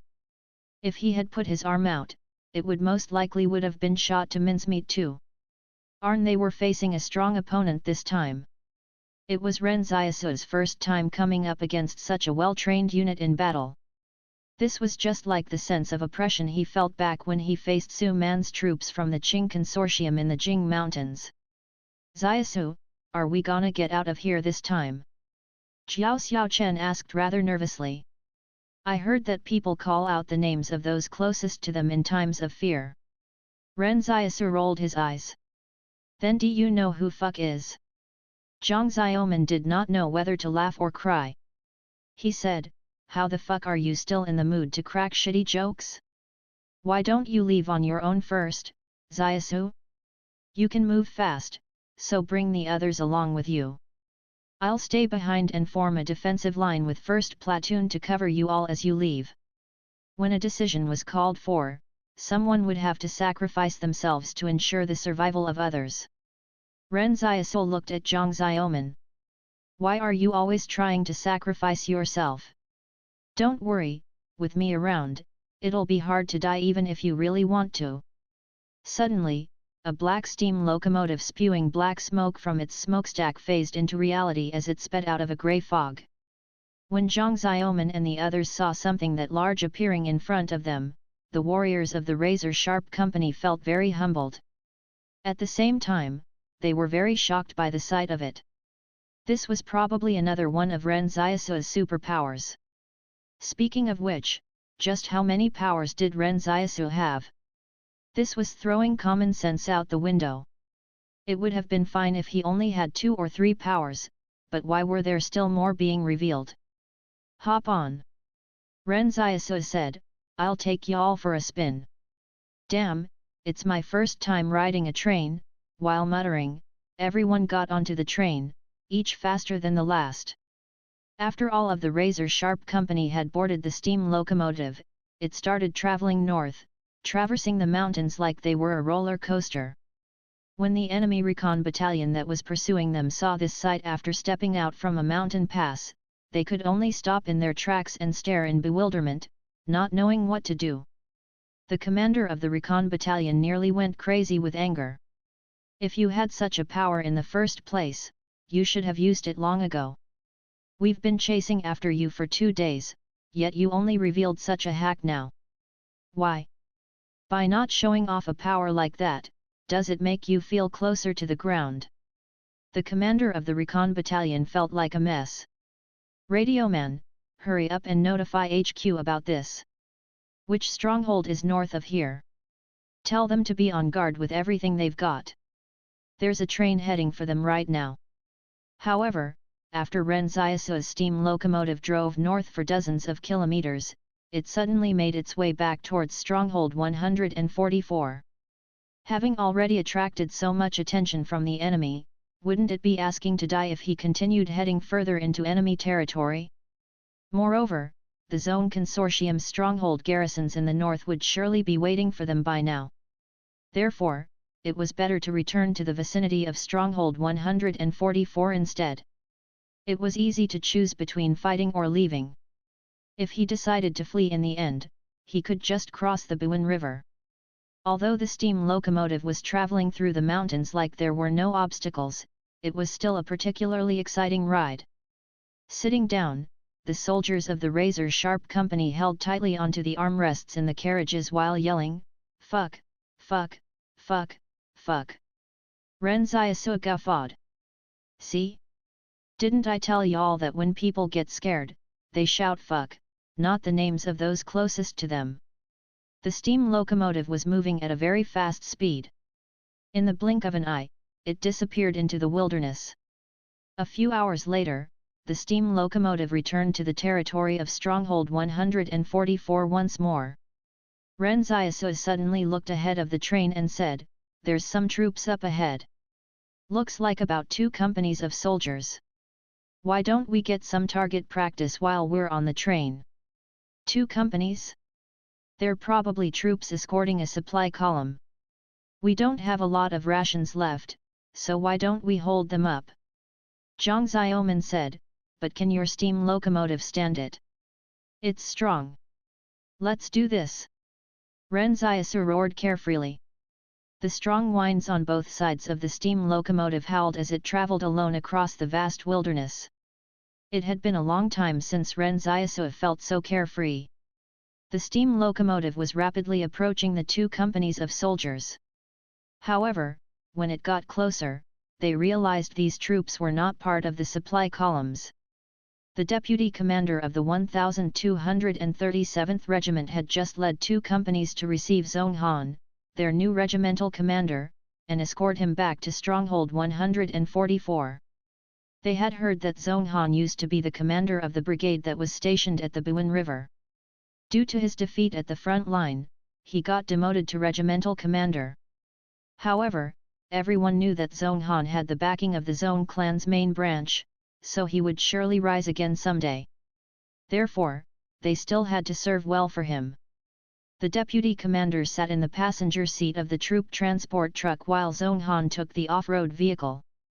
Suddenly, the driver of the troop transport truck shouted, "Oh no, there's a train approaching us from behind." As the steam locomotive had followed the convoy of vehicles, only the driver had noticed it in his rear-view mirror. When the deputy commander heard that, he was amused. "How can there be a fucking train out here? That thing only runs between Stronghold 145 and Stronghold 146. "But there's really a train," the driver said in panic. The deputy commander peeked out of the window in his confusion and was greeted by the sight of a black steam locomotive surging towards them. Black smoke was puffing out of the steam locomotive's smokestack as it whistled. "Soldiers in the back, set up the HMGs and prepare to fire," the deputy commander shouted, "Prepare for battle." While the vehicles drove over the uneven ground, the soldiers of the 1237th Regiment were hastily setting up the heavy machine guns at the back of the trucks. As the road was too bumpy, it took them a long time to even load the ammunition. The radio in the truck crackled to life. Zhong Han, who was in the off-road vehicle up front, asked, "What's going on? Why did a train suddenly appear behind us? It should be an enemy attack, but don't worry, Regimental Commander, we'll definitely stop the train behind us." The deputy commander turned around and shouted to the soldiers, "Fire!" The machine guns were going rat-a-tat, but the troops realized these normally unstoppable killing machines of the battlefield could only cause some sparks to fly as the bullets ricocheted off this strange steam locomotive in front of them. The steam locomotive was traveling much faster than the convoy. Ren Xiaosu frowned as he endured the pain and said, "When we pull up to them, I want all of you to get up and start shooting. Remember to look out for any supplies that they might be carrying." The razor-sharp company's soldiers hid under the windows of the carriages, which acted as natural defenses for them. This was clearly a quick pursuit battle, yet it felt like an ambush instead. This Zone Consortium's convoy consisted of 10 troop transport trucks and a single off-road vehicle. When the steam locomotive caught up and began traveling parallel to the convoy, the Zone Consortium soldiers fired crazily at it. But even their bullets would run out at some point. When the Zone Consortium's heavy machine guns finally required reloading, their soldiers were greeted by the sight of multiple automatic rifles and some heavy machine guns poking out from the train's windows and firing at them. The razor-sharp company's soldiers did not even have to reveal their heads since they remained crouched under the windows as they fired. The scene could not look any stranger than what was happening. The Zone Consortium troops were shocked. What kind of fucking power was this? They wanted to take cover, but the problem was that they did not even have a place to hide. The troop transport trucks were just covered by a simple sheet of canvas, and it wasn't like it was bulletproof. As soon as the exchange of fire started, many of the Zone Consortium soldiers were downed by the gunfire. Ren Xiaosu shouted from the front of the train, "I've had a look. This convoy isn't carrying any supplies. Let's leave." With that, the steam locomotive turned away and headed in a different direction in the wilderness. It was not that Ren Xiaosu did not want to take out this group of Zone Consortium soldiers. But when they fired at the steam locomotive, Ren Xiaosu still felt the pain. He was already sweating as he could not take it much longer. Fortunately for the deputy commander of the 1237th Regiment, he survived the attack. He had also been hit by bullets, but since he was sitting in the passenger seat, the side door helped to lessen the velocity of the bullets. Hence, the gunshots wounds he suffered were not too deep. He got slightly lucky as the recoil of the heavy machine guns was so strong that their aim became erratic and mostly missed him. After all, the razor-sharp company's troops did not even show their heads and were only hit whoever was unlucky enough to get in their blind fire. The deputy commander recalled that he vaguely heard Ren Xiaosu shouting. So they had fucking come here to steal supplies, and at the same, took the opportunity to shoot at his troops? The deputy commander stared blankly at the steam locomotive as it disappeared into the distance. They were leaving just like that. What kind of fucking troops were these? Suddenly, the deputy commander's expression changed. He picked up the radio and said, "Regimental commander? Are you okay, regimental commander?" The driver in the off-road vehicle picked up his radio and replied, "The regimental commander has fallen in the line of duty." The deputy commander of the 1237th Regiment was on the verge of tears. Did Fortress 178 have a grudge against their 1237th Regiment or something? Why were they always targeting the commanders of their regiment? In less than half a month, 3 of their regimental commanders had died. This must have been on purpose. Who had the regimental commanders provoked? On the train that had gotten far away, the razor-sharp company's troops were cheering. "That was such a fun battle, and the enemy did not even get to see any of our faces. I dare say that we killed at least half of their 2 companies. That makes how many companies we've wiped out so far? Let me see." Zhang Xiaoman started counting on his fingers. But after a long time, he still could not come up to an exact figure. Jiao Xiaochen suddenly asked, "Did you get that person in the off-road vehicle just now? It didn't look like the driver was killed. Did we not hit him?" They had been so focused on avoiding getting shot that no one dared to look out of the steam locomotive before it fully turned away. Ren Xiaosu thought back and said, "The passengers in the front and back should all be dead. I wonder who it was that died," Jiao Xiaochen mumbled. "I reckon the officer was not a junior officer this time. My guess is that it'll be a battalion commander at the least." "Haha, who cares?" Zhang Xiaoman said, "As long as they're dead, that's all that matters." Actually, even the razor-sharp company themselves did not know they had already killed 3 regimental commanders. After all, it was unlikely that a regimental commander would be so bored that he'd flit around outside. They also did not know that the deputy commander of the 1237th Regiment was on the verge of a breakdown at this moment. The Zone Consortium's headquarters once again received news of a death, Zhong Han. The generals called for an emergency meeting, and one of them said, "There must be a spy among us. How else would the people of Fortress 178 know about Zhong Han's redeployment and go ambush him?" That's right. The enemy wants the 1237th Regiment to fall into disarray so they can disrupt the supply lines at Stronghold 144. One of the generals said, "There must be an insider who leaked Zhong Han's whereabouts." Suddenly, a middle-aged man looked over at the staff officer who was listening by the side. "What did you say about the method the enemy used to attack them?" "It was a steam locomotive," the staff officer replied. That middle-aged general sneered and said, "This was all Zhong Cheng's doing. I remember that he had deployed his troops to ambush a supernatural being named Wang Kongyang, and that supernatural being's power is to summon a steam locomotive. However, the steam locomotive that appeared this time seems a little different. The train that was previously mentioned only had 4 carriages, but the train that appeared today had 16. The powers of supernatural beings are not something that we can really assess. What if the superhuman can freely change the number of carriages as they please? I've never come across a repeated superpower in the world before." The middle-aged general sneered and said, "It was Zhong Cheng that didn't handle this matter properly. He's still young, after all, so maybe we should not rush to place him in too important a role. My 131st Brigade won't be playing along with you all anymore. I'm going to hunt down those troops from Fortress 178 myself." "I don't think you should do that," someone asked in confusion. "Your 131st Brigade is in charge of one of the most important positions at Mt. Wuchuan.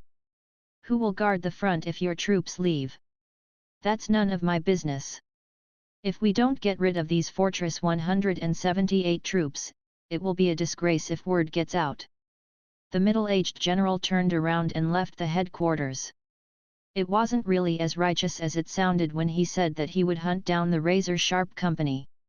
In reality, the assets he had tried to transfer to the Central Plains were all in Wang Kongyang's hands. That was the wealth he had spent the greater part of his life amassing.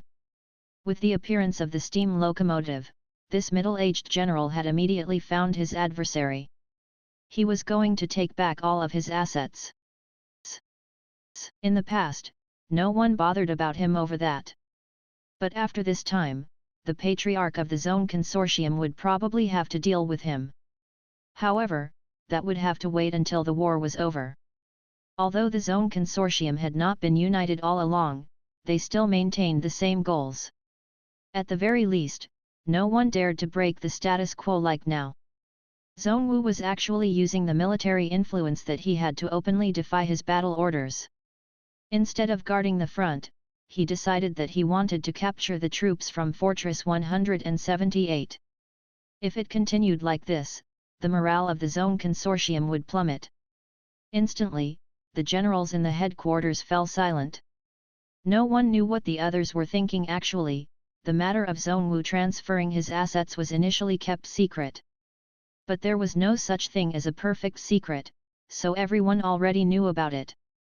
We'll now move on to discussing the situation affecting the stability of our rear lines. Zhong Ying, the commander of the front-line forces, said, "Does anyone have any opinions?" Everyone had assumed this was just a company of soldiers that likely consisted of a supernatural being and a sniper. Later on, it felt like there might have been more than one company involved. But up until then, no one felt that a single unit could be enough to affect the entire war. But all of that had changed today. The appearance of that steam locomotive meant that this small group of soldiers had great mobility, and not even the reconnaissance battalion could catch up to them in the wilderness. Thus, this small unit from Fortress 178 had suddenly become a huge threat because no one knew what exactly they would do next. The main issue was that Ren Xiaosu and the Razor Sharp Company did not have any clear objectives of what they wanted to achieve. They would spontaneously start a battle if they felt confident of winning. If they did not think that they could win, they would just run away. No matter what actions they took, the results were all that mattered. They operated by the motto, "Even we don't know what we want to achieve." This unpredictability proved to be very fatal in the war. The Zone Consortium could no longer sit idly by as the enemy troops messed around in their territory. Zhong Ying, the commander of the front-line forces, wore a dark look. He never expected that he would have to worry over a small company when he was in charge of over 100,000 troops. Someone spoke up, "I also think that we have to get rid of this unit in the rear. However, Hasn't Zhongwu already taken his 131st Brigade to handle them? Isn't a single brigade enough? He's also leading a mechanized brigade that's well equipped, so just let him deal with them. There's no way we can call him back now anyway. That's not enough. Zhong Ying said, attach 2 supernatural beings to his brigade. Next to him, a general who was in charge of managing the supernatural beings nodded and said, all right, but we only have a total of 5 supernatural beings. If we lose any of them, that could affect our subsequent plans. Zhong Ying looked at him coldly. Now is not the time to consider the future. I want those troops from Fortress 178 to die in our zone consortium's territory. Also, there's no need to appoint a new commander for the 1237th Regiment anymore. Just have the deputy take over as the acting commander. Being appointed the acting commander was a good thing. If one did not make any mistakes in that duration, the appointment would likely be made permanent as a result. But at this moment, a staff officer said, I've just received news that the deputy commander has run away. Zhong Ying was confused. The simple-minded razor-sharp company did not know how huge of a chain reaction they had set off. This series of events even managed to affect the main forces of Fortress 178. At this moment, Zhang Jinglan was being briefed on the satrap. The key point of the report was that the Zone Consortium's 131st Brigade had suddenly retreated from the front line and abandoned their position entirely. This was extremely odd. In fact, the Zone Consortium's 131st Brigade was causing a lot of trouble for Fortress 178 on the front lines. That mechanized unit was extremely difficult to deal with. Hu Xingzi, who was the commander of Fortress 178's Armored Brigade, frowned and said, it's very out of character for them to suddenly abandon their position entirely. They retreated just like that while we were still shelling them. In the end, we were only shelling an empty space. But the good thing is that we've already captured that position, so it'll save us a lot of trouble. Do y'all think that this might be a scheme by the Zone Consortium? Zhou Yinglong mumbled. They did blow up all of Shishuan village, after all, so they had better not have buried something destructive in the position we just captured. Hu Xingzi shook his head. I thought the same as you at the beginning, so I ordered our troops to immediately carry out checks after seizing the position. We found no problems at all. That's weird. Not only that, Wang Fengyuan, the director of the intelligence agency, said from beside them, every one of you should know that our Fortress 178 was quite late to the intelligence gathering game. However, we've got a pretty good network spread through the Zone Consortium. I've received updates via radio that the Zone Consortium has also moved their recon battalion back to the rear.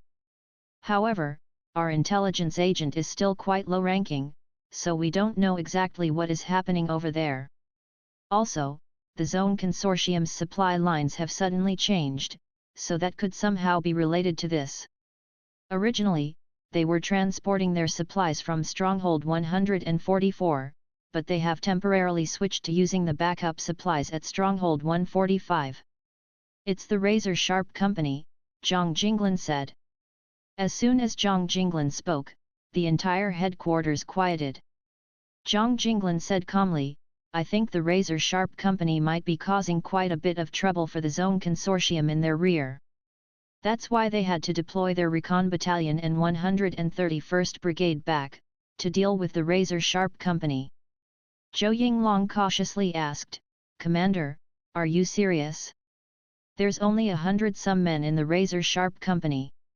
How could they possibly kick up such a huge fuss? I know those bastards very well.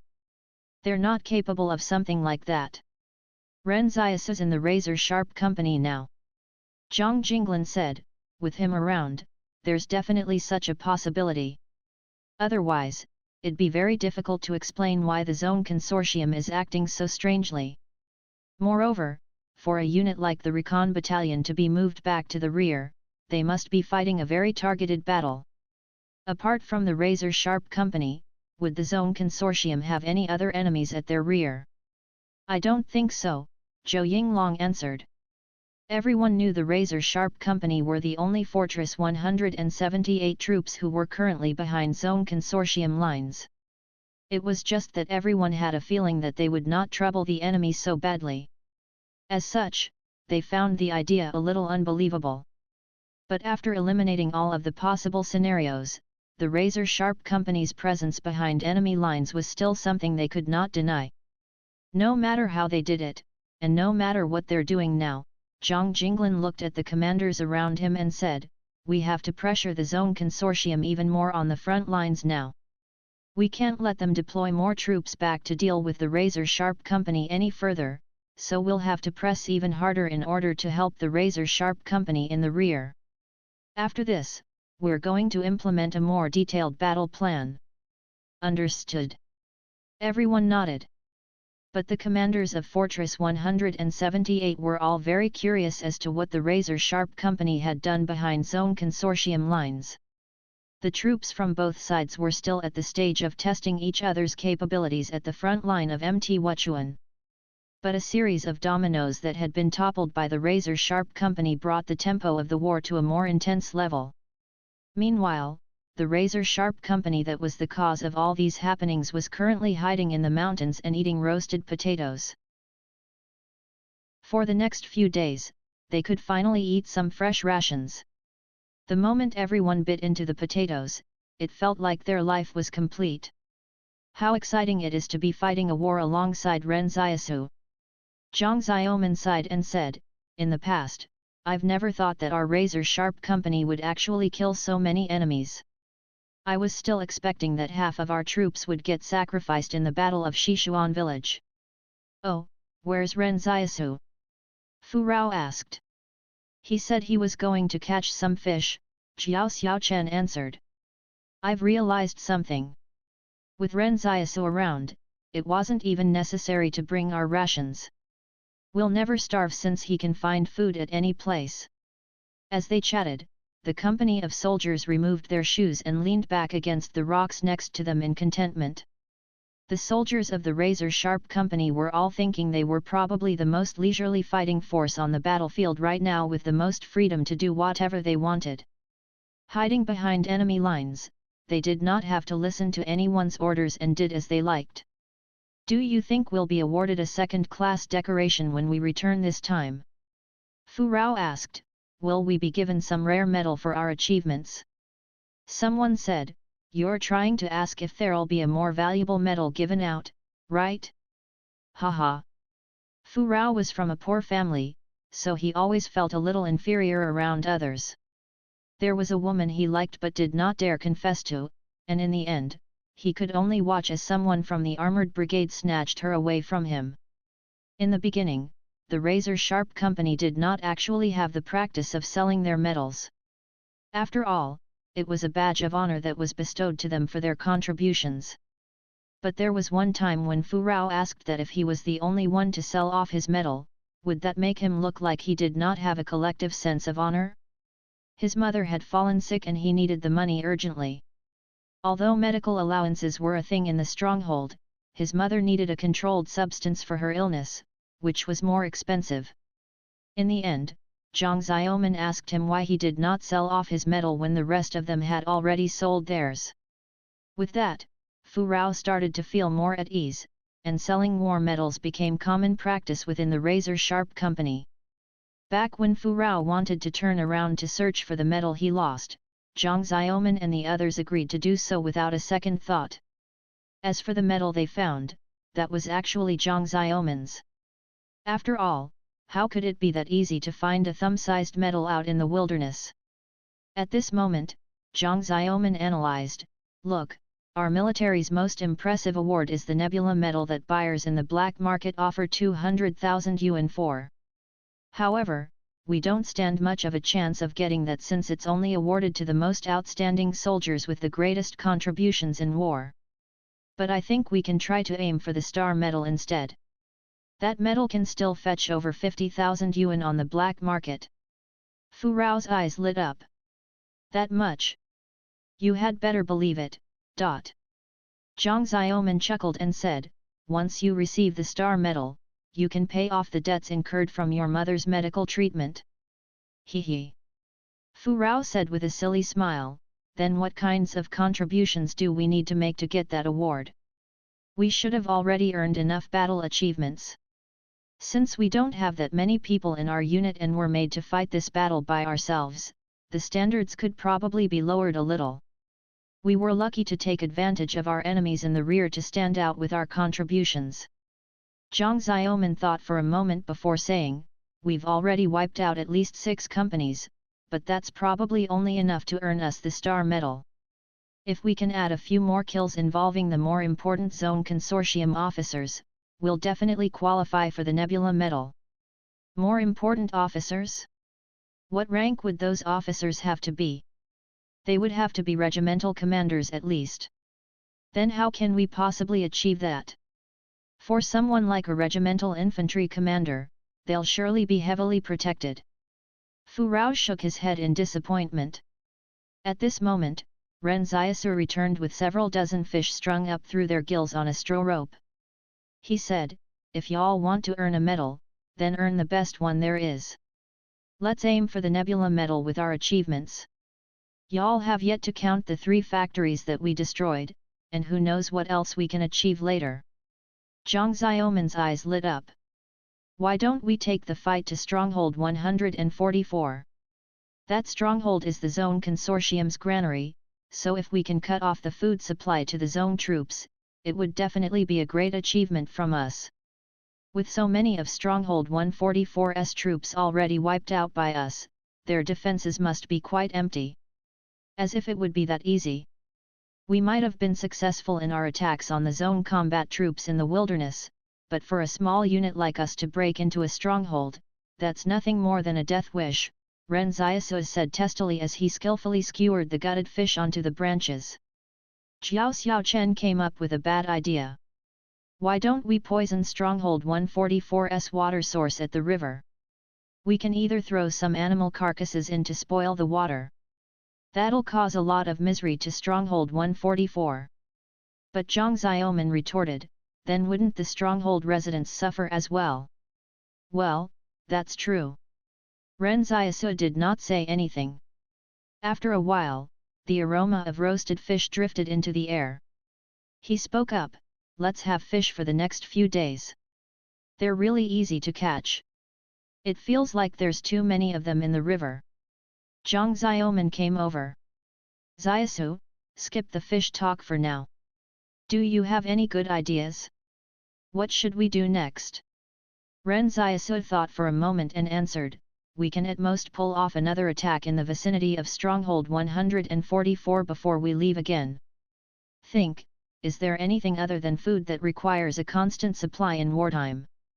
Zhang Xiaoman clapped his hands. I've got it. Let's destroy their garment factories so their soldiers on the front line have no uniforms to wear. The entire razor-sharp company looked at Zhang Xiaoman in silence as the sight of Zone Consortium soldiers fighting naked in battle appeared in their mind's eye.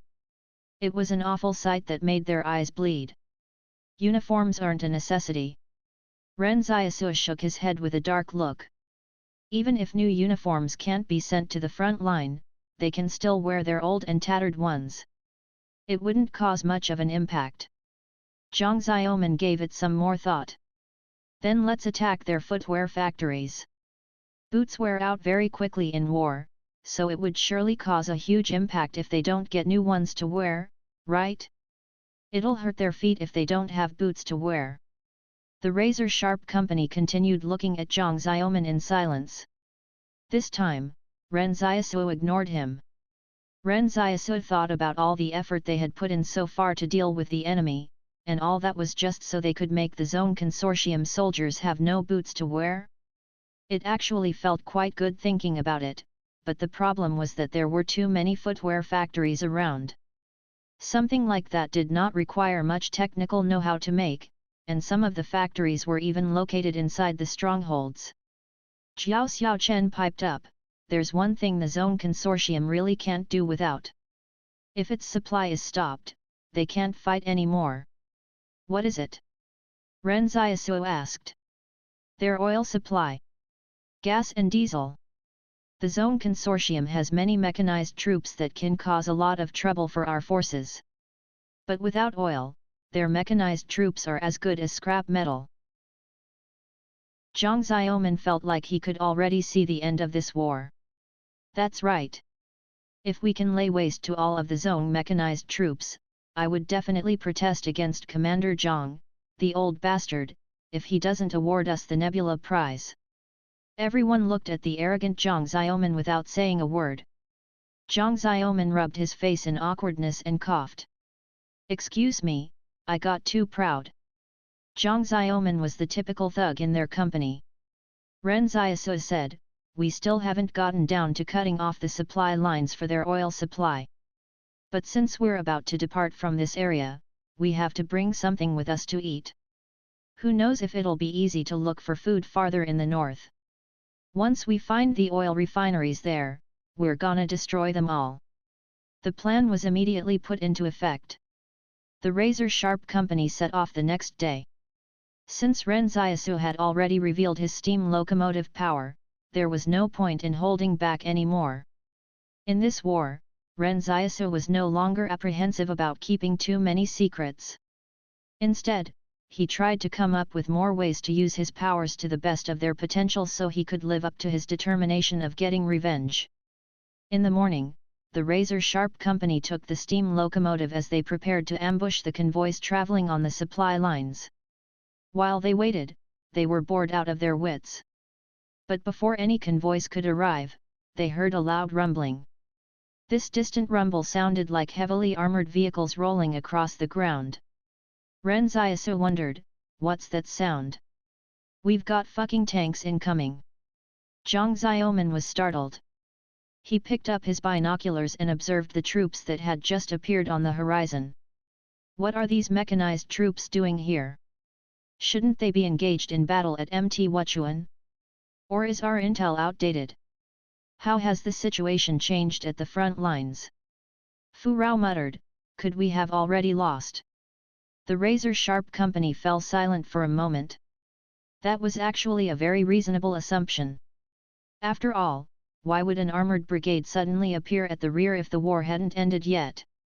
And from the looks of it, the armored brigade even seemed like they were still at full strength. That's impossible. Jiang Xiaoman firmly denied it. Even if the Zone Consortium is really strong, we still have a lot of Fortress 178 troops in the war. So how can we be defeated so quickly? These mechanized troops must be here for us. Pfft! Ren Xiaosu, who was next to him drinking from a canteen, spat out a mouthful of water onto Jiang Xiaoman. Jiang Xiaoman wiped his face and said unhappily, what's wrong? An entire armored brigade coming to fight an infantry company like us. Ren Xiaosu was shocked but could not figure out why this armored brigade would appear here either. Has the Zone Consortium gone mad? Didn't their razor-sharp company only wipe out several of the Zone Consortium's companies, a few convoys, and several junior officers while giving their recon battalion the slip for 2 days? Well, alright, although we did go a little overboard, that still shouldn't warrant sending an entire armored brigade to attack us. Is there really a need for that? Hey? Is there?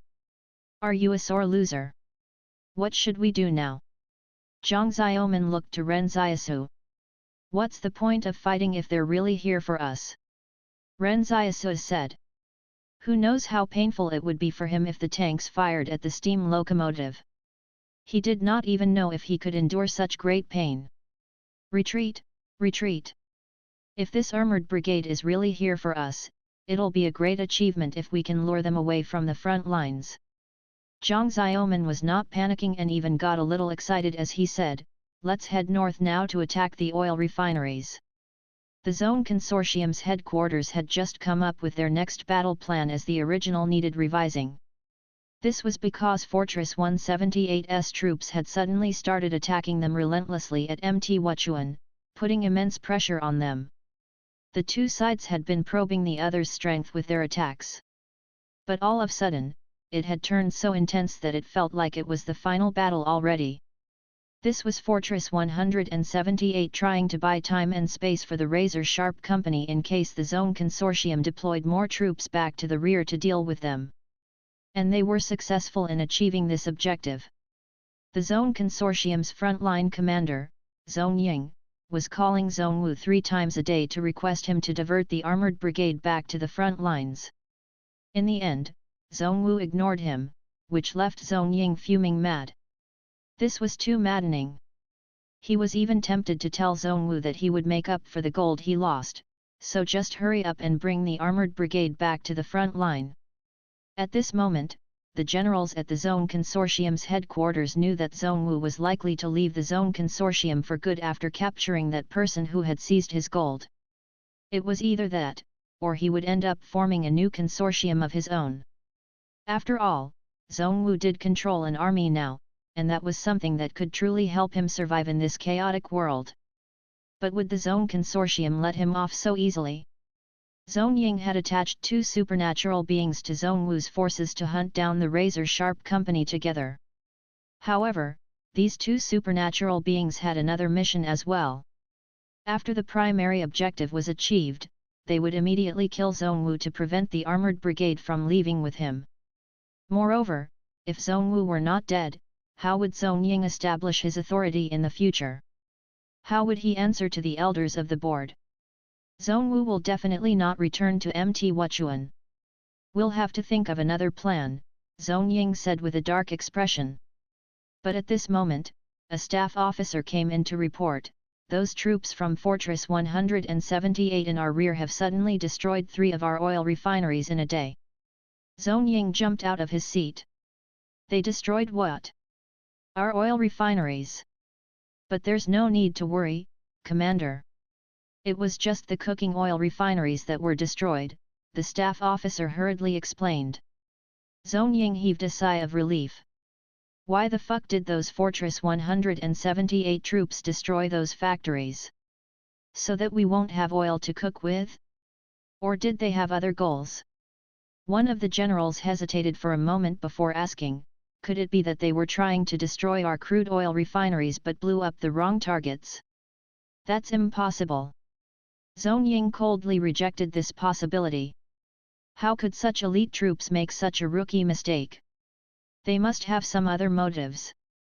Send orders down to study the connection between the oil refineries that were destroyed. A general asked, but what if they really just wanted to destroy our crude oil refineries? Zone Ying hesitated for a moment. Tell the crude oil refineries to go on full alert. Raise the readiness of the garrison troops at those refineries. The crude oil refineries had their own garrison forces to defend them. If Ren Xiaosu and the others knew the importance of fuel in wartime, how could the Zone Consortium not know? Meanwhile, Jiao Xiaochen was complaining to Zhang Xiaoman on the train, Captain, if we can't find the right target next time, why don't we just give up? The Zone Consortium must have started taking precautions at those refineries. Zhang Xiaoman shouted at the top of his lungs, can you blame me for that? Hey? When we questioned the refugees on where the oil refineries were, they were so enthusiastic to answer us. At that time, none of you doubted what they said either, so why are you blaming me now? We aren't blaming you. Listening to this noise, Ren Xiaosu could feel the back of his head throbbing. When they found some refugees to ask for directions, the refugees answered all their questions enthusiastically. Furthermore, the refugees promised to keep it a secret. But when the razor-sharp company arrived at the oil refinery and discovered that it was only a factory producing canola oil for cooking with, they were shocked. After attacking 3 factories in a single day, they did not even come across one proper crude oil refinery and were exhausted to death. In the end, Ren Xiaosu was forced to bring everyone back to the uninhabited wilderness to figure out their next steps. And so, the plan to attack the crude oil refineries was abandoned. They had already attacked 3 oil refineries, after all, so the Zone Consortium would easily figure out what the razor-sharp company was up to. As such, the actual crude oil refineries would most likely be heavily guarded by now. Then what should we do? Jiao Xiaochen asked while smearing some cooking oil they had stolen onto a fish for grilling. Actually, what Ren Xiaosu and the others did not know was that if they had taken the steam locomotive and headed straight to Stronghold 144 before the 131st Brigade arrived, they might have been able to destroy the Zone Consortium's granary. After all, half of the garrison infantry regiment's troops had already been wiped out in their previous skirmishes, and a further 3 of their regimental commanders were killed one after the other, including a deputy commander who fled from his position. The remaining troops had fallen into disarray without a leader. If they really launched an attack on the stronghold, the enemy might not be able to organize an effective defense against them. Unfortunately, their intel was outdated. They still did not know they had already killed 3 of the 1237th Regiment's commanders. Then let's just destroy some of their factories as and when we encounter them. Zhang Xiaoman said, didn't we say that we could learn from the Qing Consortium's tactics? They just destroyed whatever installations they came across and wiped out the entire Yang Consortium's industry as a result. Jiao Xiaochen said, rolling his eyes, can we compare to the Qing Consortium? They had over 1,000 troops to fight their enemy. Ren Xiaosu was not participating in the discussion with the Razor Sharp Company because he knew it would be very difficult for them to come to a conclusion. It was better for the Razor Sharp Company to not have any plans at all. By doing so, the enemy would not be able to sense a pattern in their attacks, and that would prevent them from being caught in a meticulously planned ambush. On top of that, he was also wondering about the whereabouts of Zhong Cheng at this moment. He had heard that Zhong Cheng was in charge of the garrison troops at the Zone Consortium's main stronghold. Luolan even disdainfully said that the garrison troops were where the family members of the Zone Consortium got posted. Ren Xiaosu looked at Zhang Xiaoman. Where's the Zone Consortium's HQ? In Stronghold 146. It's about 400 kilometers away from here. Zhang Xiaoman said in surprise, Xiaosu, don't tell me you're thinking of attacking their headquarters? We don't have enough people for that. There should be at least a brigade garrisoned at Stronghold 146 right now. It's their headquarters, after all, so it'll definitely be different there. I'm not. Ren Xiaosu shook his head. I was just asking. He kept pondering this. That was a whole brigade they were talking about. It seemed like he could only wait for Fortress 178 to join up with them here before they could attack the Zone Consortium's main stronghold together. Otherwise, he would be seeking an early death if he led the Razor Sharp Company in by himself. But at this moment, the sound of armored vehicles could be heard out in the distance again. It sounded like the armored brigade that was chasing after them had caught up. Ren Xiaosu frowned. How did they manage to find us? I don't know. Zhang Xiaoman was a little confused. By rights, they should not have left any tracks when they left their previous campsite today. Let's not worry about that for now. That armored brigade can't move as fast as us. We can discuss that after we get away from here. But just as they were about to leave, a young man suddenly walked over alone from afar with a knife in his hand. He looked at Ren Xiaosu and the others and, with a smile, said loudly, I've finally found you people. Before he could finish speaking, Zhang Xiaoman reacted in double quick time and started firing at him. But to everyone's surprise, when the bullets arrived in front of the young man, a glow resembling a yellow honeycomb structure appeared and blocked the bullets. Why can't you let me finish speaking? That's so rude. The young man shook his head and said with a smile while looking calm and collected, one of you here should be Su Xianchu, right? And which one of you might that be? Right at this moment, a bright yellow glow suddenly appeared again behind the young man like an impregnable stronghold. But this time, the young man looked down in astonishment as the black tip of a blade emerged through his chest. Blood was flowing out from it as well. With that, he could no longer say another word.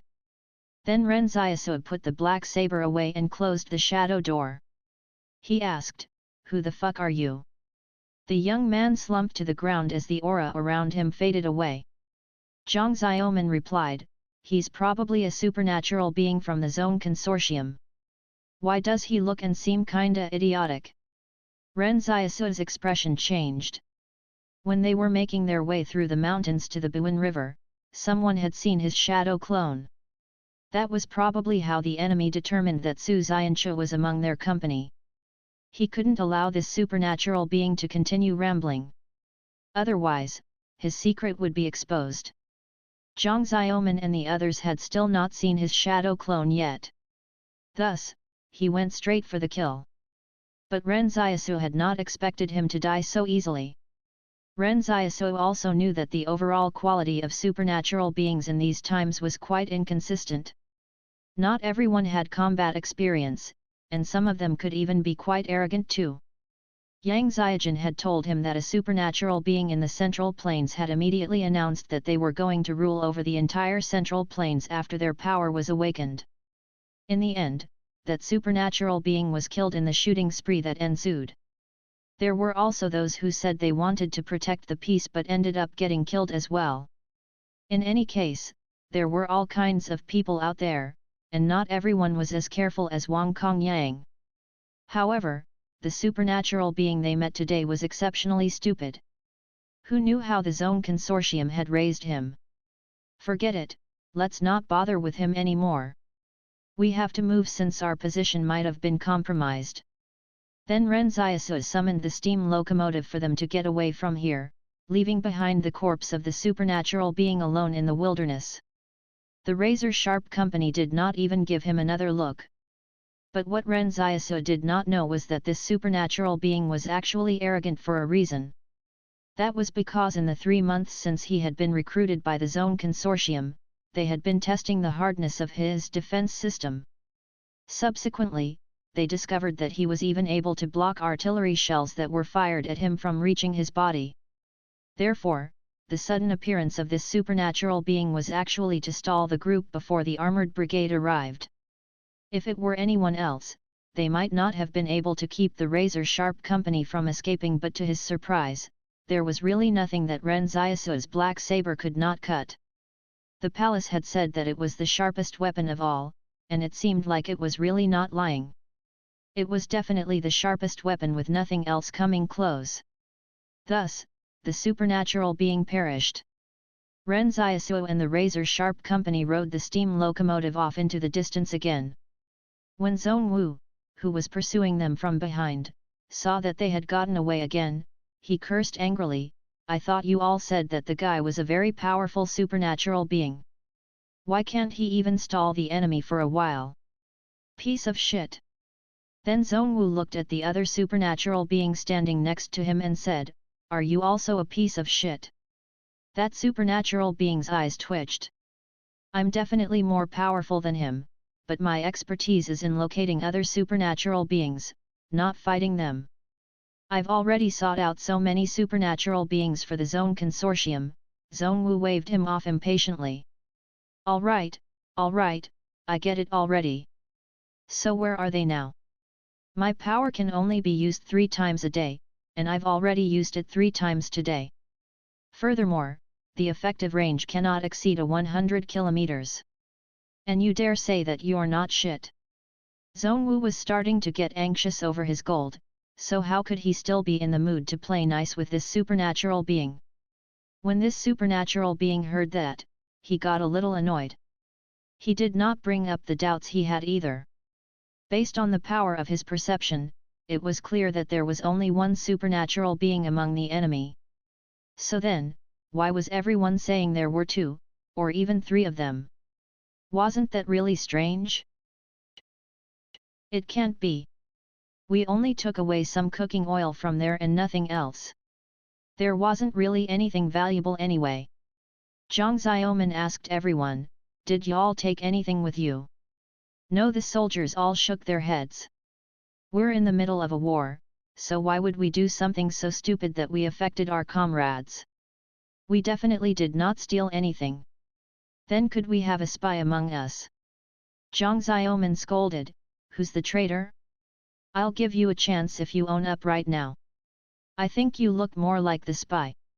"That's right, I also think that the captain looks like a traitor." A proper discussion had suddenly devolved into a nonsensical bantering. Ren Xiaosu said calmly, "There's definitely no spy in our company. It should be a supernatural being with related powers that found us, I think. Since the Zone Consortium thinks so highly of us, and even sent an armored brigade after us, there's no reason they would only send one supernatural being to do the job. There must be another one out there.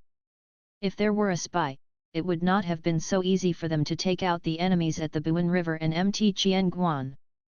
The infantry regiment of Stronghold 144 would also not have found them so difficult to handle either. Moreover, the fatality rate of the razor-sharp company had always been extremely high. Sending a spy in would be too risky since the spy would most likely get killed once they reached the front line.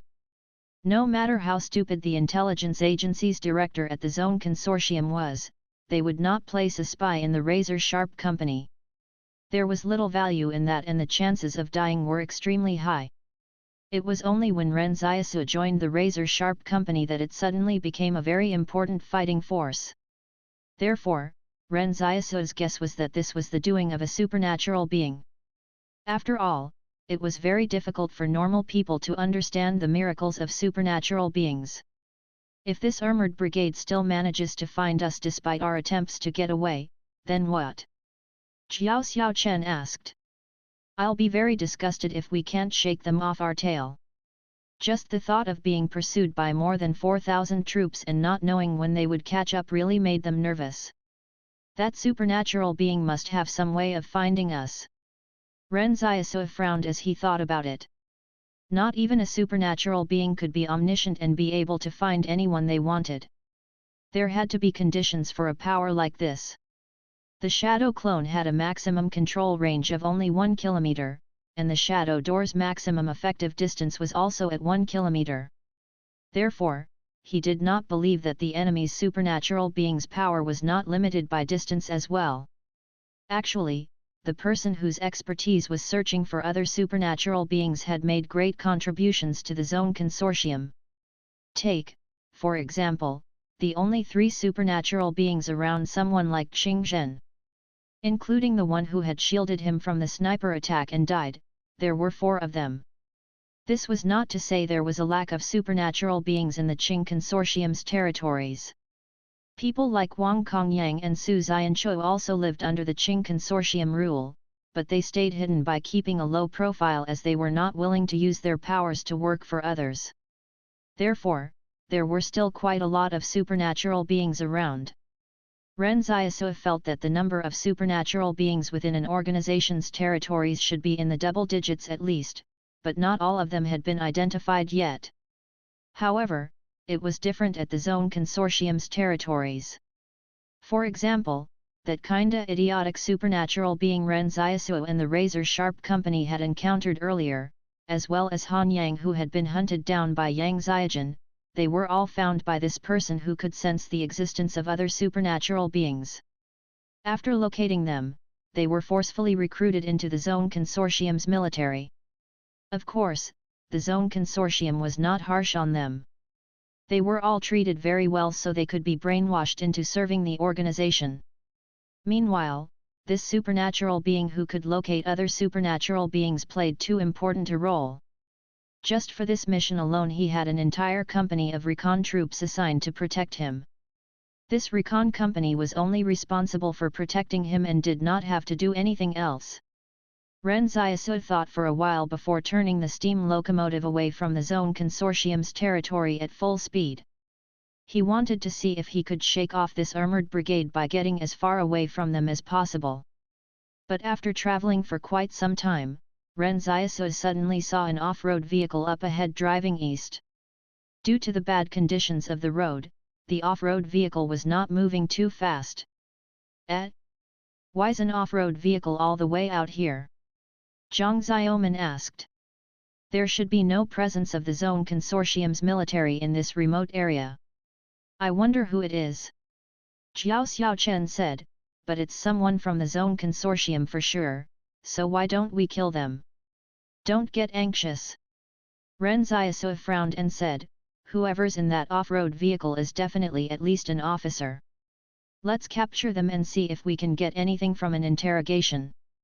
At this moment, the deputy commander of the 1237th Regiment was driving the off-road vehicle by himself to escape from the Zone Consortium's territory. He did not even bring his wife along, or it would definitely have aroused the suspicion of others. At this moment, his wife might just be cursing at him back at Stronghold 144. But he had to flee. The Zone Consortium's headquarters had suddenly said that he would be promoted to the position of regimental commander, but that damn unit from Fortress 178 was precisely targeting whoever was the regimental commander. Although, this deputy commander wasn't very sure of that either.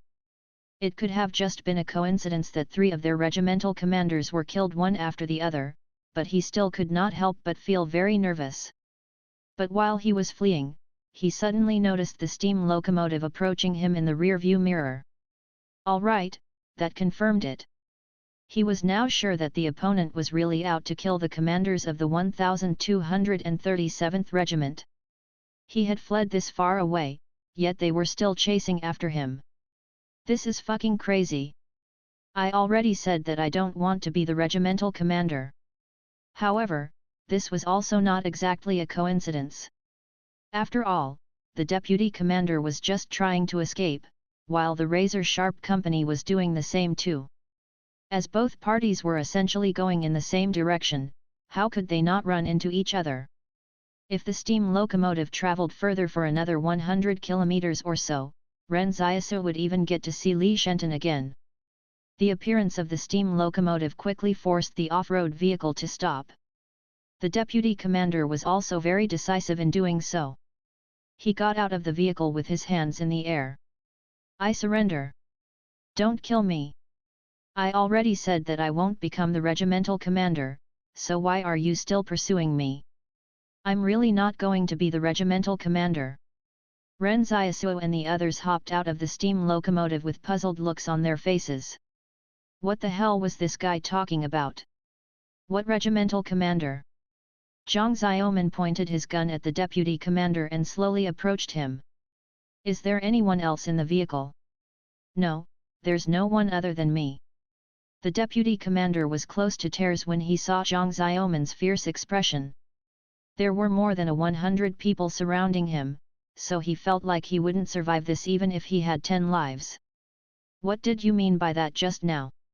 What about the regimental commander? Ren Xiaosu asked with a frown. The deputy commander was also confused. Aren't you specifically hunting down our 1237th Regiment's commanders? Zhang Xiaoman and the others looked at each other in confusion. What the hell was he going on about? When the deputy commander gave them a detailed explanation, the soldiers of the razor-sharp company only had 2 words: holy shit. We've killed 3 regimental commanders already.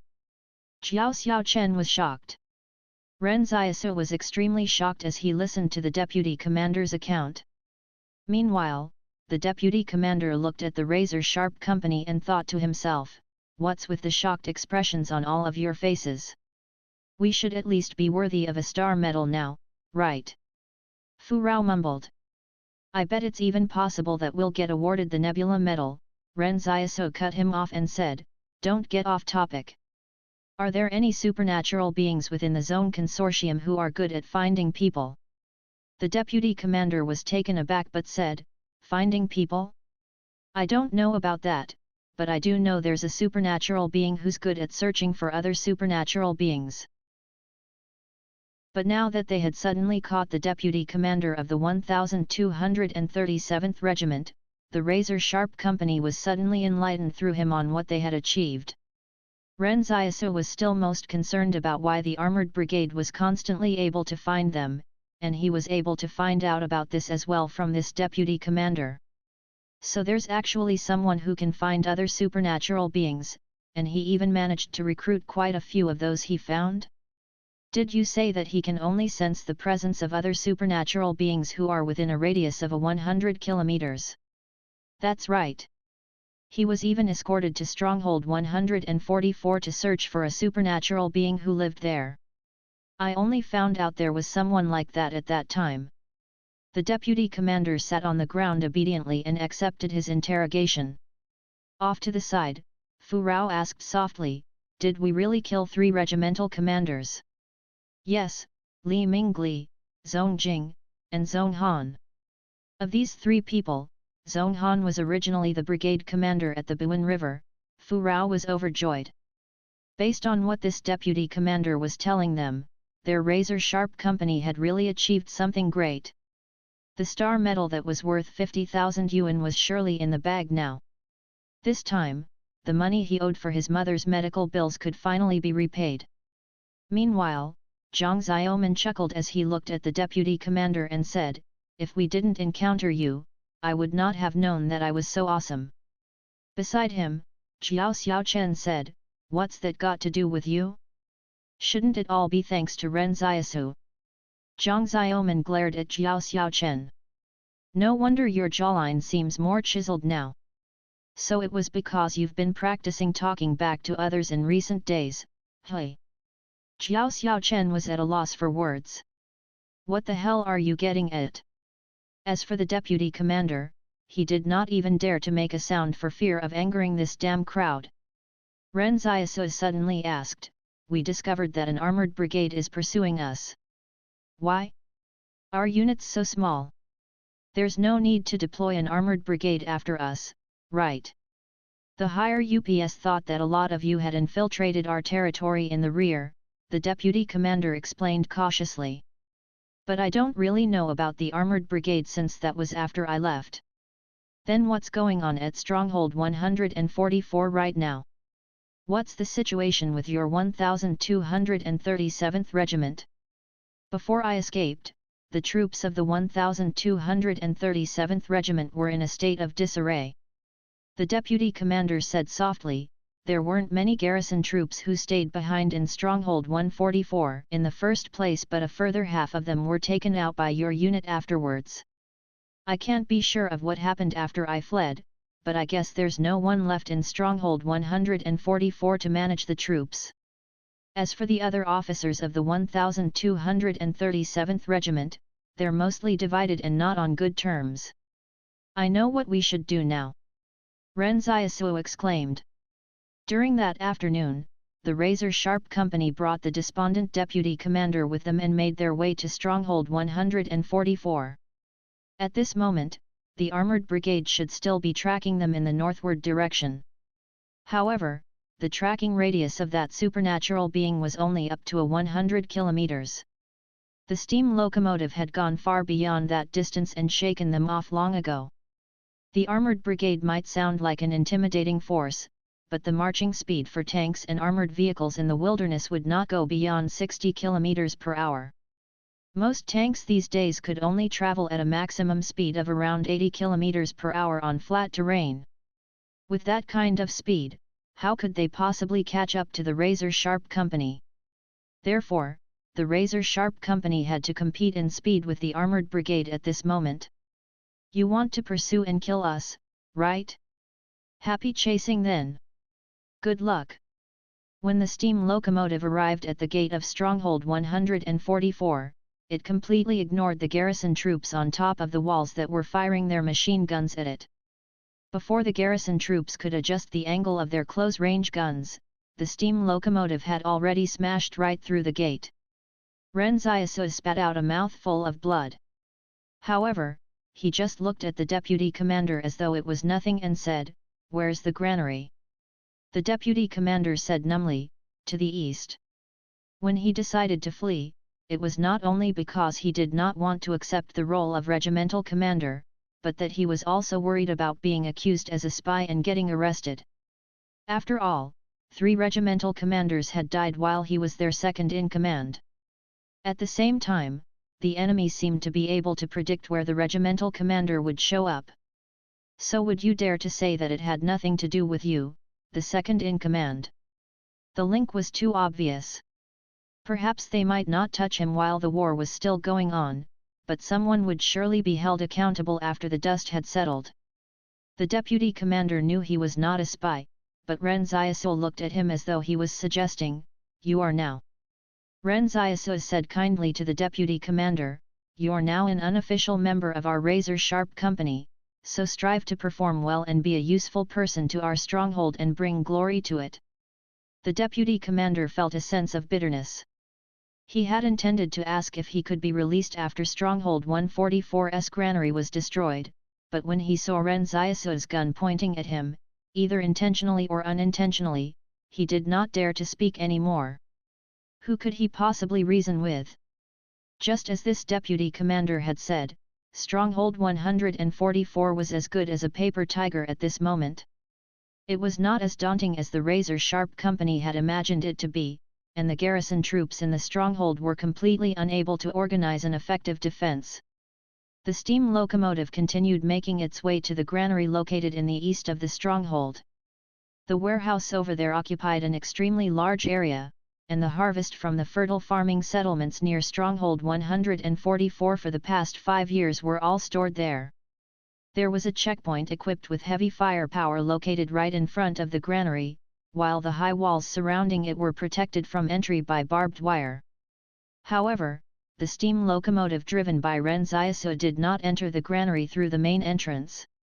Instead, it crashed through a wall and charged in. "Zhang Xiaoman." "Sir." Zhang Xiaoman replied. "We'll only set fire to the granary from aboard the train.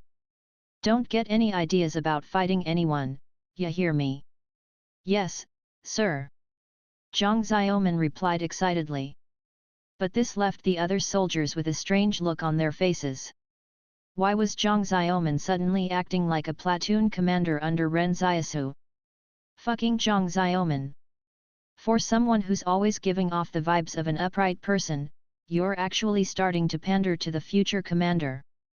The razor-sharp company was leaving a trail of destruction in its wake, so it was too late for the 131st Brigade, which was still in the north, to head back to Stronghold 144.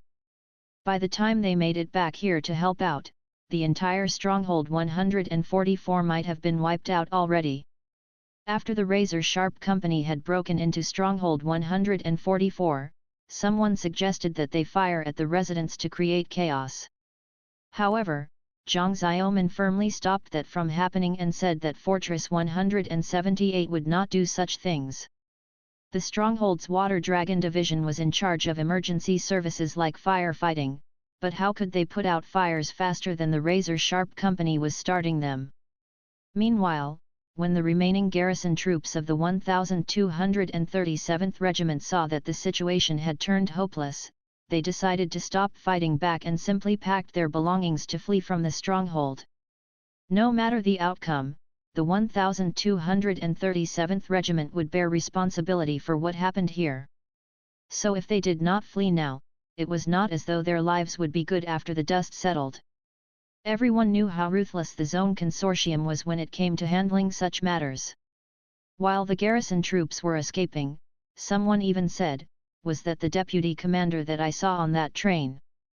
The commander of 3rd Company said harshly, "I said long ago that he'd likely be a spy, but all of you did not believe me back then." The razor-sharp company met with almost no resistance from the stronghold. Although it was quite chaotic inside the stronghold, that was mainly due to the residents panicking. Next to him, the deputy commander was at a loss for words when he heard what Ren Xiaosu said. "You call this easy? You've already killed 3 regimental commanders, while I, the second in command, have also fallen into your hands. So what do you mean by easy? Is that even something a human would say?"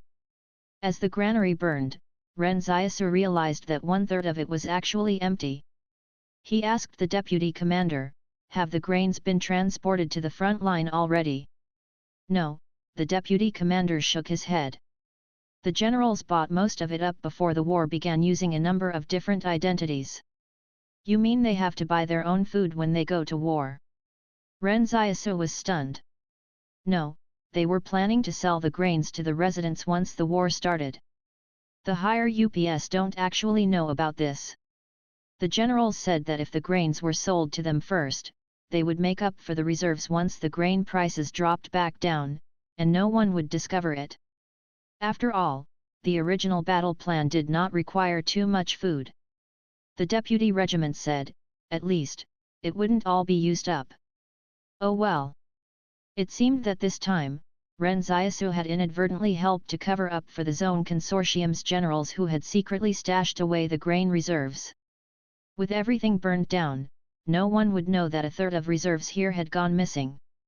However, Ren Xiaosu was unhappy that even though their attack on the granary had a huge impact on the war, it was definitely not enough to deal a fatal blow to the Zone Consortium. As their food reserves had already been spread out, the Zone Consortium would surely have a way to get back all those missing grains. At this moment, all of the generals in the Zone Consortium's headquarters looked very solemn. Zhong Ying suddenly slammed his fountain pen onto the table. What the hell is with that Zhong Wu? We've already allowed him to lead his 131st Brigade to hunt down the enemy, and even sent 2 supernatural beings to back him up. So how did he allow the enemy to set fire to Stronghold 144 right under their noses? And what are the garrison troops at Stronghold 144 doing? Can't they even organize a defense? How could they let the enemy burn down the granary just like that? Zhong Ying was about to explode. I want their regimental commander executed. Before he could finish speaking, Zhong Ying suddenly remembered the 1237th Regiment did not currently have a commander, and even the second in command had run away too. He did not even have someone to pin the blame on to blow off steam. A general said, "Commander, since things have come to this point, we have to think of a countermeasure. Gather all the grain reserves from the various strongholds, and the grains that you people are holding, I want them handed over as well. This matter determines the success or downfall of the consortium, so stop with your selfish little schemes. Did you think I didn't know what you've done?" Zhong Ying sneered. He meant to gather all of the grain reserves of the entire Zone Consortium to send to the front line, including whatever grains he could collect from the residents of the various strongholds. There were also a lot of grain stuffs that were in the possession of the generals. When they learned that a war was imminent, many of the generals had wantonly started purchasing an increased amount of grains and hoarded them. They knew that when war broke out, food prices would increase. As half a kilogram of rice was only worth about a yuan or so, most people wondered how something like that could make anyone any money. But during a war, the price of rice could go up to 5, or even 10 yuan. At that time, the stronghold residents would not want to starve to death, right? Therefore, whatever money they had would eventually fall into the hands of the generals who hoarded the grains. Who wouldn't want to earn 10 times the profits? They were looking to rip off the stronghold's residents. Suddenly, one of the generals said, "What should we do with the troops from Fortress 178? We can't just let them continue to make trouble in our rear, right?" Zhong Ying also felt very helpless about this. He knew that if the razor-sharp company were allowed to continue making trouble as they wished, he would most likely end up with no time to focus on fighting the war. But now that they knew what the razor-sharp company was capable of, they felt there was almost nothing they could do about them. The Blitzkrieg was the coordinated use of aircraft, tanks, artillery, armored and mechanized infantry, and other types of armed forces to create an overwhelming local superiority in combat power to break through the enemy's defenses. This allowed the forces to quickly get past any tactical maneuvering to encircle the enemy in order to eliminate them. Now that there were no longer aircraft, they could only rely on their tanks for such tactics. If a tank moving at 60 km per hour on the battlefield could be called a blitzkrieg, what would the opponent who could travel at 120 km per hour be? Comparing the speed of their tanks to the steam locomotive, it was just as good as a tractor. How could they possibly chase it? "We'll implement our contingency plans in advance," Zhong Ying said coldly. "If Fortress 178 thinks they can win the war just like that, they're underestimating our Zone Consortium. I'm gonna massacre Fortress 178. On that night, multiple pontoon bridges in Blackstone River remained still in its choppy waters. This was the supply line Fortress 178 relied on for their march to the front line, and it was also a lifeline for them. Hence, these structures were bound to be built very sturdily. Every day, the engineering battalion repaired and maintained them. But in the dark of night, more than 100 speedboats started approaching the pontoon bridges on Blackstone River in a frenzy. At first, these speedboats were being rowed with oars by the soldiers in them. This way, they were able to quietly approach the bridges until they were about 10 kilometers away. But once they got to within 10 kilometers of the pontoon bridges, the engines of the speedboats roared to life as they flew towards them. On these speedboats were also large quantities of TNT. When Fortress 178's defending troops near Blackstone River discovered this, it was already too late. They fired their heavy machine guns and tried to intercept the speedboats, but there were too many of them. Furthermore, it seemed like all of the enemy troops were determined to fight to the death and did not mind sacrificing themselves. Explosions could be heard everywhere. Before the speedboats crashed into the pontoon bridges, the Zone Consortium soldiers on the speedboats activated the detonators attached to the TNT. The instant the detonators ignited, the TNT went off and broke all the pontoon bridges in half. As the Zone Consortium soldiers recklessly crashed into the pontoon bridges and detonated the explosives, the bridge Fortress 178 relied on to cross the river broke apart and drifted downstream. In an instant, Fortress 178's troops were split between both sides of the river again. The Fortress 178 troops on the northern shore could no longer retreat, while their supply lines had been cut off. The commanders on the northern shore all turned to Zhang Jinglin. "Commander, what should we do?" Zhang Jinglin, who was at the military base, frowned as he looked into the distance at the inferno on the river. "Get ready for a last stand." However, the plans of the Zone Consortium were still not finished. A group of the Zone Consortium's elite troops had already set off from the Alza League behind them, plunging into the Gobi Desert like a sharp knife, as they headed straight for Fortress 178 in the northwest. If a military unit wanted to pass through there, it was basically a pipe dream. However, the Zone Consortium had been plotting to take over Fortress 178 for a long time. The territory the Zone Consortium occupied had far fewer resources than Fortress 178, the Qing Consortium, and the Yang Consortium. In fact, the level of their resources could not even compare with that of the Li Consortium. Therefore, expanding to seek further resources was something the Zone Consortium had to do. Only with a large amount of resources could they support their ambitions.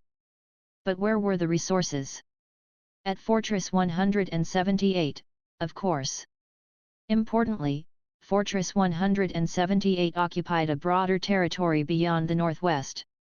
The land in that territory held 90% of the mineral resources that were available to the Alliance of Strongholds, as well as a vast amount of natural gas, crude oil, and various types of metal ores. In the Zone Consortium's view, these resources were simply wasted in the hands of that damn group from Fortress 178 if they did not make use of them. Several years earlier, the Zone Consortium had quietly established a secret troop to transport supplies into the Gobi. And now, they had established a massive forward operating base in a little oasis within the desert. All of this was done so that one day, a ferocious army could make use of this forward operating base to pass through the Gobi and deal a fatal blow to Fortress 178. Actually, the Zone Consortium already knew that Fortress 178 was going to attack Mt Wuchuan from the southern bank of Blackstone River. They also knew their Zone Consortium's route to the south for any incursions would be cut off once Fortress 178 blew up the Buin Bridge. However, everything was still going according to the Zone Consortium's plan. This was because Fortress 178 would also not have a path of retreat. Zone Ying had received some very reliable intelligence a long time ago. Currently, there was only one independent brigade garrisoned in Fortress 178, with the rest of the stronghold's forces deployed in full force for the war. As a result, the almost defenseless Fortress 178 was now like a deserted island with no one to protect it. As long as the Zone Consortium could occupy Fortress 178, even if Zhang Jinglin and his men repaired the pontoon bridge, they would have no home to return to, nor would there be any fortress left for them to defend. When the supplies for Fortress 178's troops got cut off, the Zone Consortium could manipulate them at will. According to Zone Ying's calculations, his troops would cross the Gobi Desert and reach Fortress 178 in another 7 days for the confrontation. Zone Ying narrowed his eyes as he wondered if Zhang Jinglin had already guessed all of this by now. He assumed so, since cutting off their path at Blackstone River showed his plans pretty obviously. But so what if he could guess it? There was no way that Zhang Jinglin could stop him from occupying Fortress 178. Troops were sacrificed as cannon fodder so he could lure Zhang Jinglin to the northern shore of Blackstone River. In the end, he was the superior tactician. Although there was a small episode in between involving the razor-sharp company, that was not too great of a concern. Even if that company was extremely capable, they couldn't affect the big picture. Although the granary had been burned down, the Zone Consortium could still last for a month with their food reserves. This 1 month would be enough for him to bring the Fortress 178 troops to their knees. After all, Zhang Jinglin would be cut off from his supply lines as well, wouldn't he? At the thought of being able to defeat Zhang Jinglin, a military leader long famous, Zone Ying felt an uncontrollable sense of excitement in his heart. At his position, only power and unprecedented victory could arouse his desires. Meanwhile, the armored brigade's commander Hu Xingzi, who was standing beside Zhang Jinglin, looked at him and said, "Commander Zhang, the Zone Consortium has cut off our main force's retreat route. They must be plotting something against us. Sir, please think of something." Zhang Jinglin looked at Hu Xingzi. "We must make a stand. Everyone, we'll have to take Mt Wuchuan as quickly as possible if we want to make it out of this alive. Inform the engineering battalion behind us to quickly rebuild the pontoon bridge, and check how long they will need." A staff officer hesitated for a moment before saying, "We asked about that earlier. The engineering battalion on the southern shore said that it would take 10 days. They could build a simple pontoon bridge instead, that will be faster, but it's useless if the mechanized infantry can't cross the river on it. 10 days. Even if they could rebuild the pontoon bridge within 10 days, they would still need another 7 days to get back to Fortress 178. That would be too late."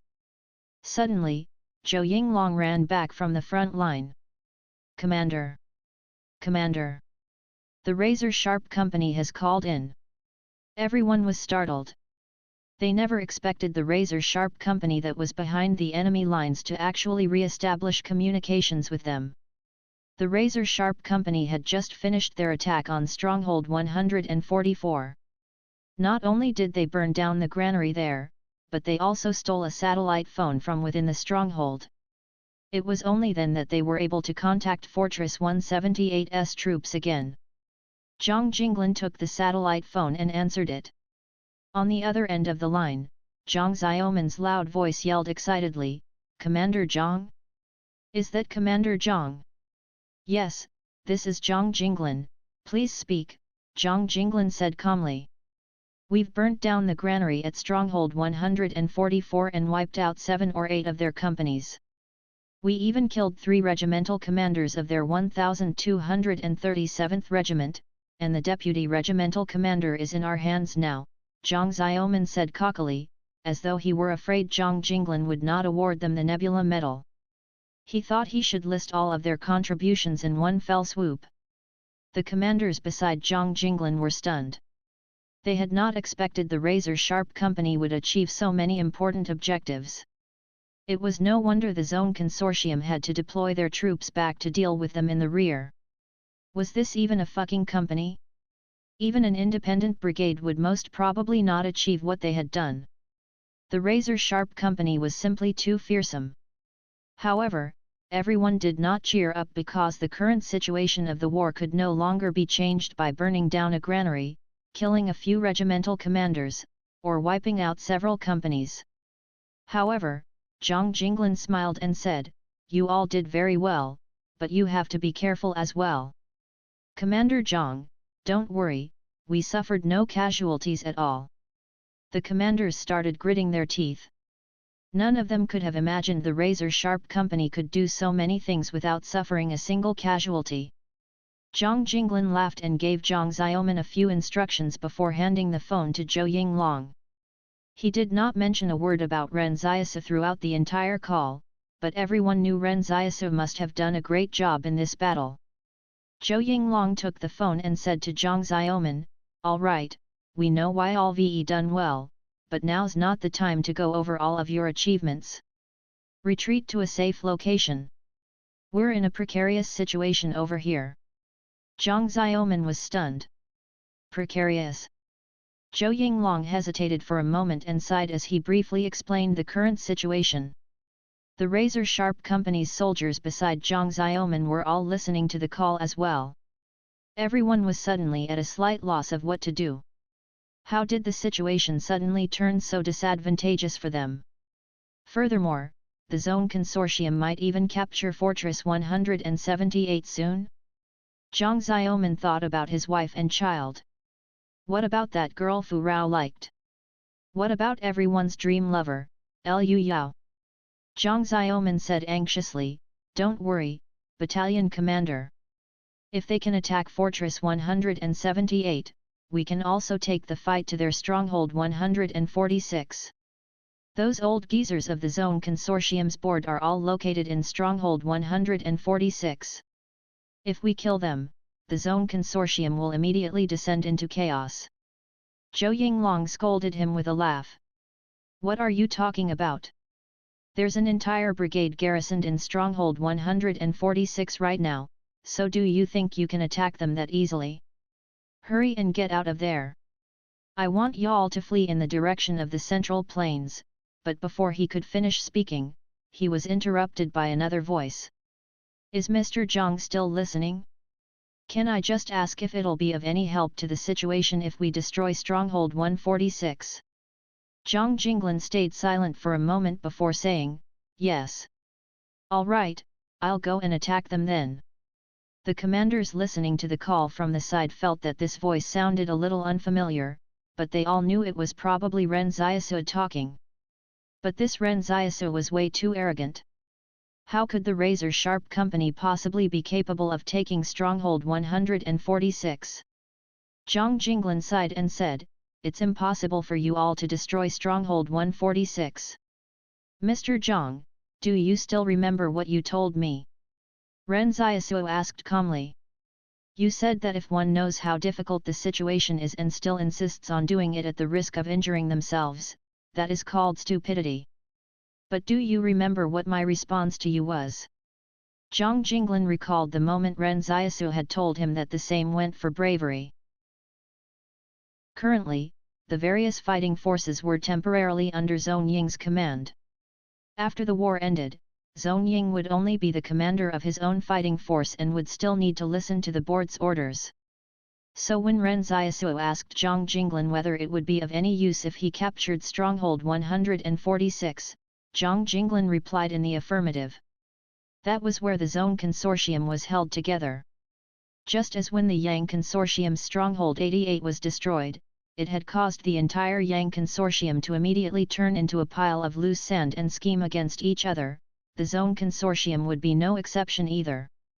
If Zhong Ying led all the frontline troops for another 10 years, perhaps his personal influence would be enough to turn the tide of chaos and pull everyone together.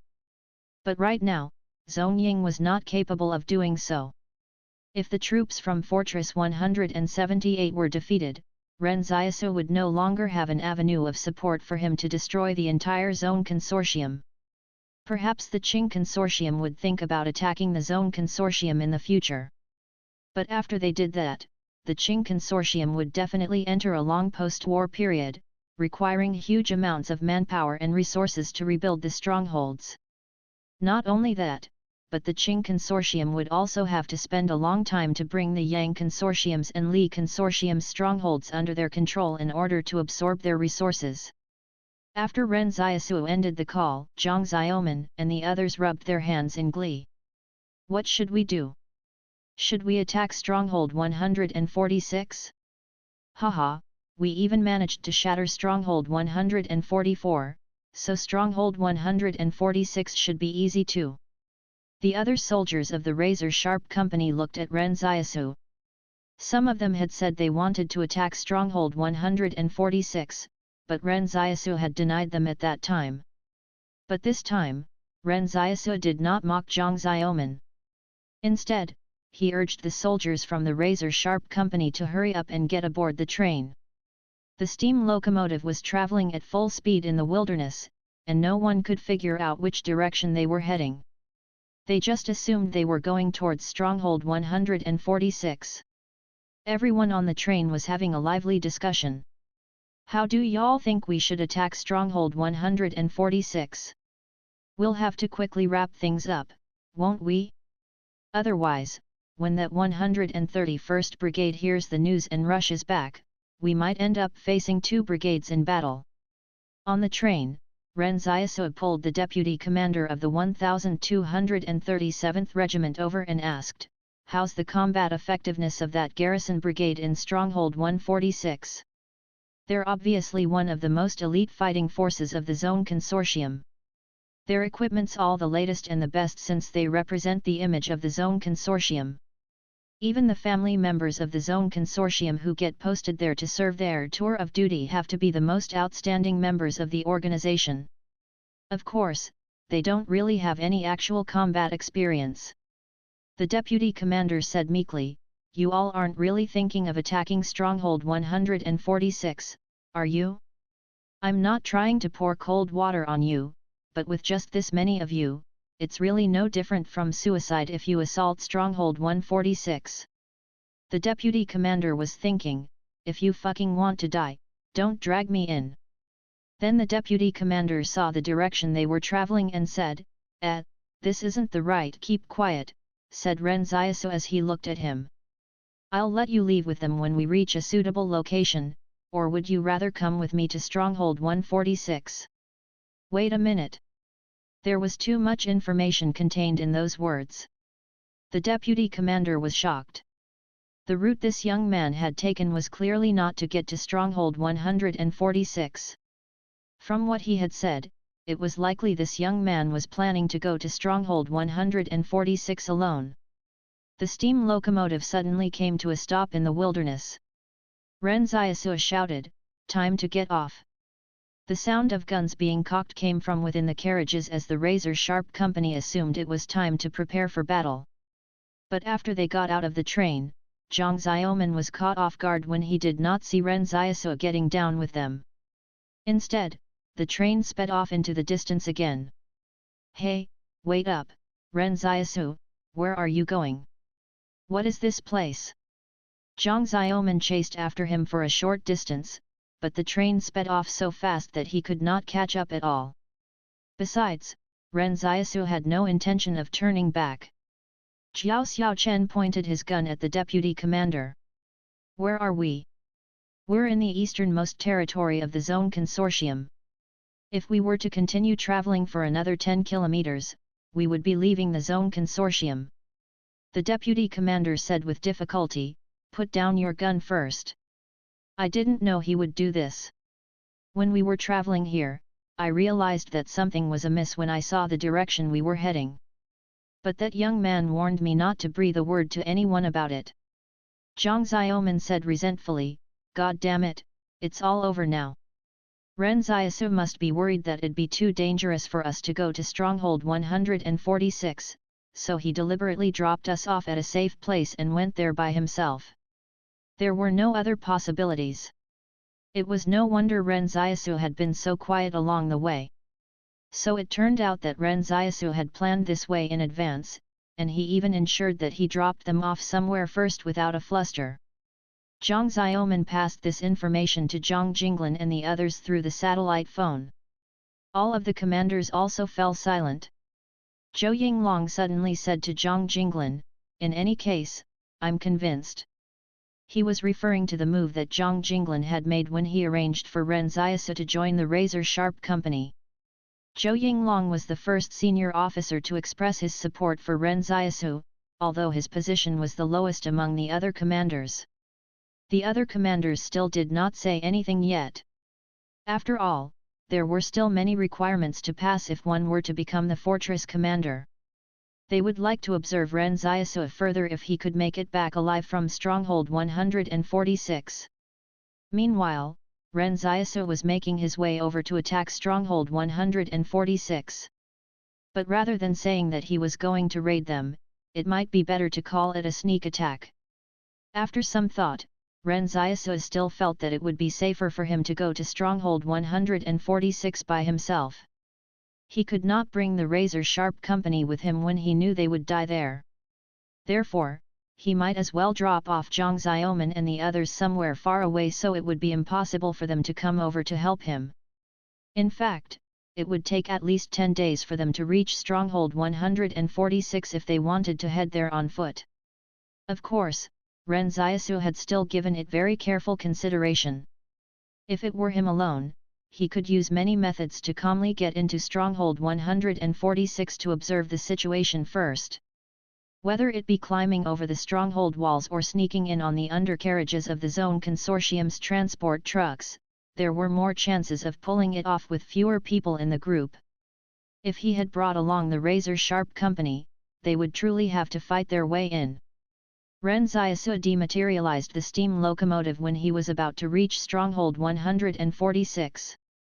Then he started walking alone in the wilderness so he would not be discovered by his enemies in advance. He remained hidden outside of Stronghold 146 for a full day and night to see if there were any good ways for him to sneak into the stronghold.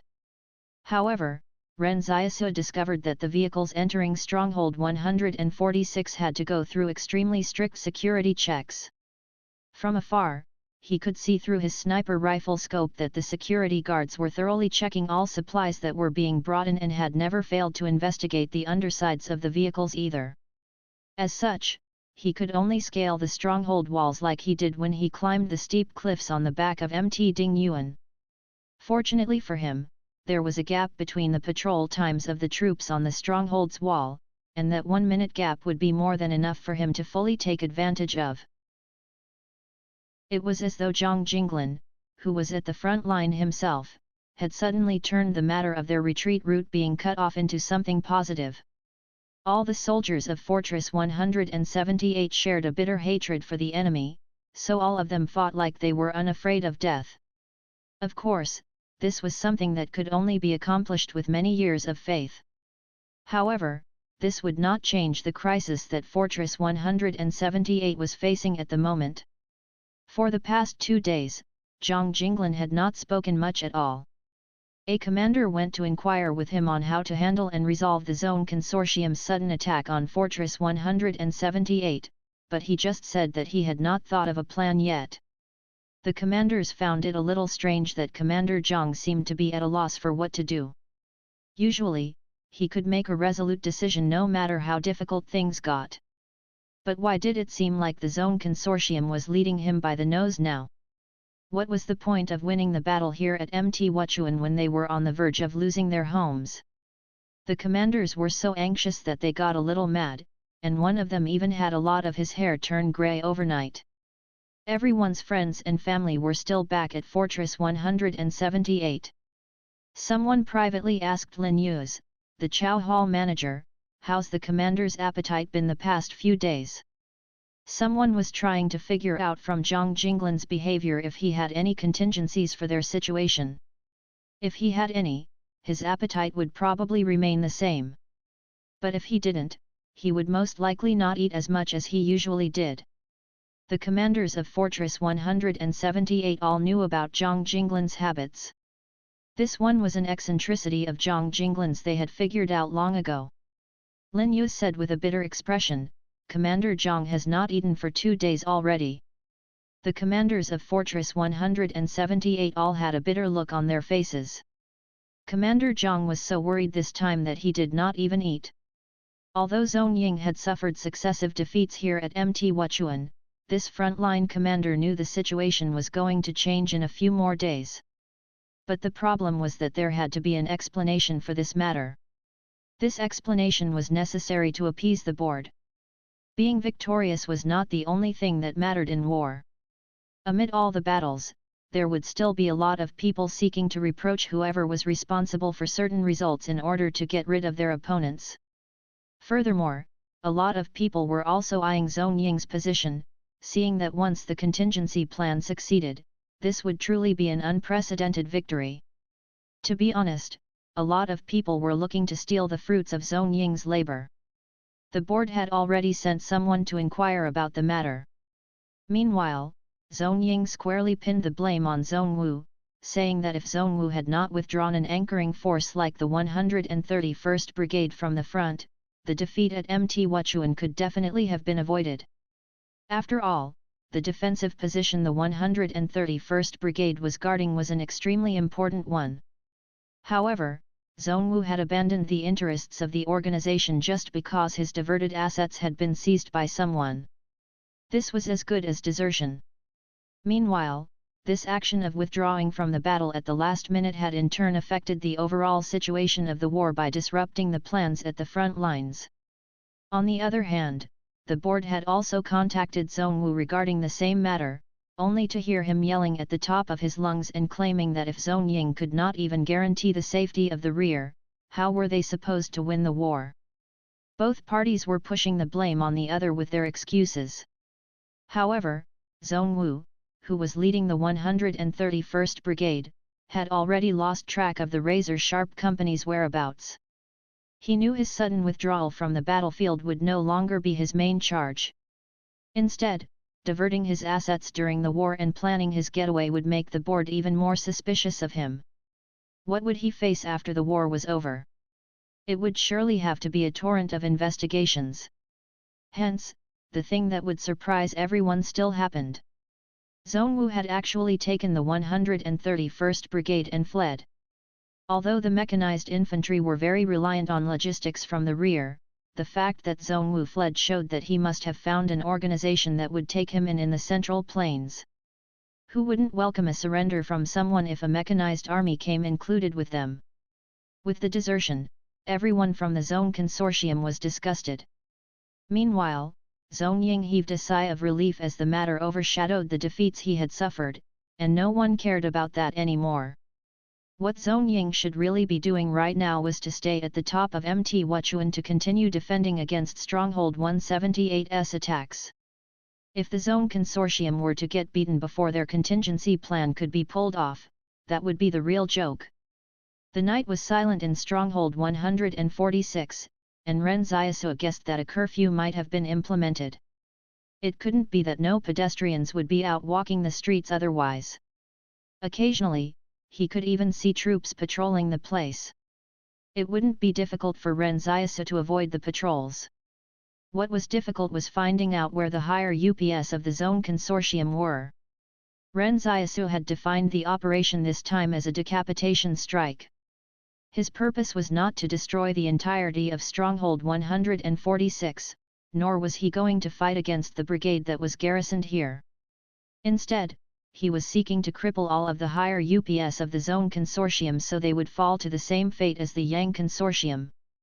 But Ren Xiaosu thought of a very serious problem.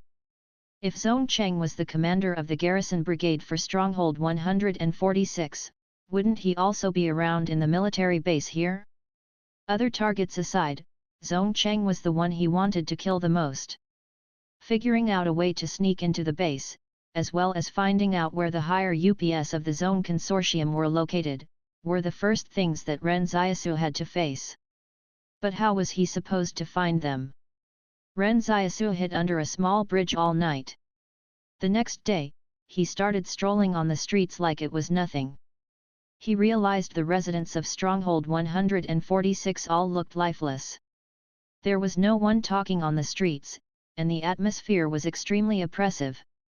He did not know what the Zone Consortium did during their rule over these citizens to make them completely lose their spirits.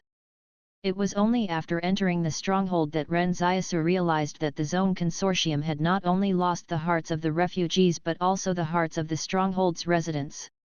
But he did not try to strike up a conversation with any of them. Surely he could not pull a random person aside to ask them where the higher UPS of the Zone Consortium lived, could he?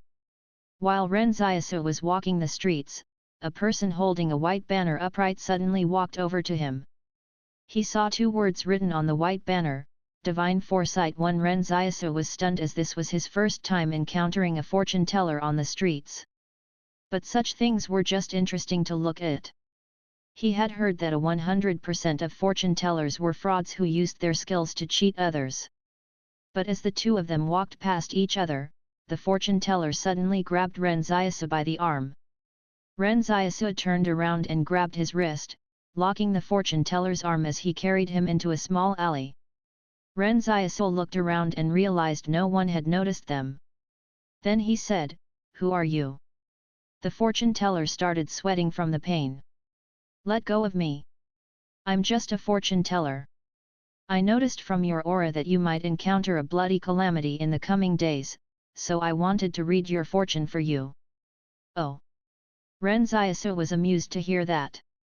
Telling others they would encounter a bloody calamity was a trick fortune tellers used. To resolve this calamity, one would have to pay them money to avoid it. I'm not that stupid. Go and scam others. I'm not that gullible to fall for something like that. Why don't you know what's good for you? The fortune teller said in a speechless manner, I'm really sincere about telling your fortune. My divinations are quite accurate. Accurate? Ren Xiaosu sneered. Then what can you divine for me? I can divine anything, said the fortune teller. Then riddle me this, given the quadratic function f, x, equals ax2 plus bx plus c, the maximum value occurs when x equals 1. What is the relationship between f, minus 1, f, 0, and f, 4, in terms of value? The fortune teller was confused. Ren Xiaosu continued sneering. Didn't you say that you can divine anything? 1 https://n.wikipedia.org/wiki/Chinese_fortune_telling number appearances. That's right. The fortune teller nodded enthusiastically. I can interpret all kinds of dreams. Ren Xiaosu said, then listen carefully. I had a dream about a question related to quadratic function f, x. The fortune teller was dumbfounded. What fucking dream is that? Can't a guy help others read their fortunes even if he does not know how to solve quadratic functions? What the hell? Ren Xiaosu sneered. You can't interpret that, right? So you're really a fraud. But the fortune teller suddenly said, based on your facial structure, I can tell that you have a friend who's like family but is not related to you by blood. I also know you've experienced a turning point in your life at the age of 17, while water is the source of your mishaps. This time, it was Ren Xiaosu's turn to be stunned. However, he still did not believe the fortune teller. He lifted him off his feet and asked coldly, just who the hell are you? How did you know these things? His younger brother was Yan Liuyuan, and didn't Ren Xiaosu experience the greatest calamity of his life in that flood? Even though the fortune teller mentioned all these, Ren Xiaosu's natural instincts told him not to believe this was something that could be figured out through divination. Instead, it was likely that some people with ulterior motives who knew about those matters were using it to get close to him. But when the fortune teller noticed that Ren Xiaosu did not believe him, he smiled wryly. I can also tell that you got into grave danger when you were in your teens, but you probably don't even know how you managed to escape it. The Northwest is where you will prosper. If you still don't believe me, there's nothing I can do. Ren Xiaosu loosened his grip on the fortune teller. Very few people knew about his past, and not even those back at Stronghold 113's town knew about it. But it was true that he really did not know how he had escaped from the wolves. This fortune teller dared to bring up something like that with such certainty, so could he really know how to read fortunes? Ren Xiaosu pondered for a moment before saying, You're saying that I will face a bloody calamity in the next 2 days. That's right. It's extremely ominous.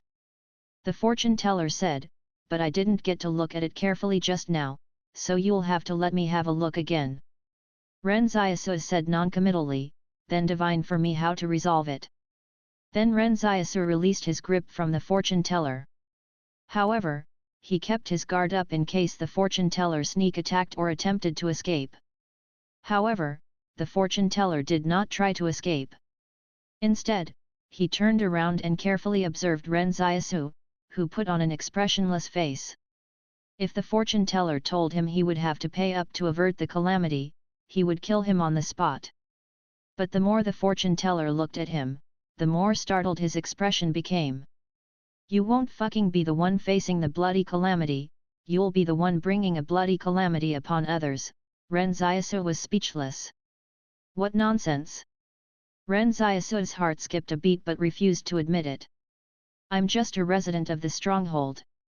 Why would I bring a bloody calamity upon others? Are you really a resident of this stronghold?" The fortune-teller laughed and said, "You can't fool me. Your aura makes you look really out of place in this stronghold.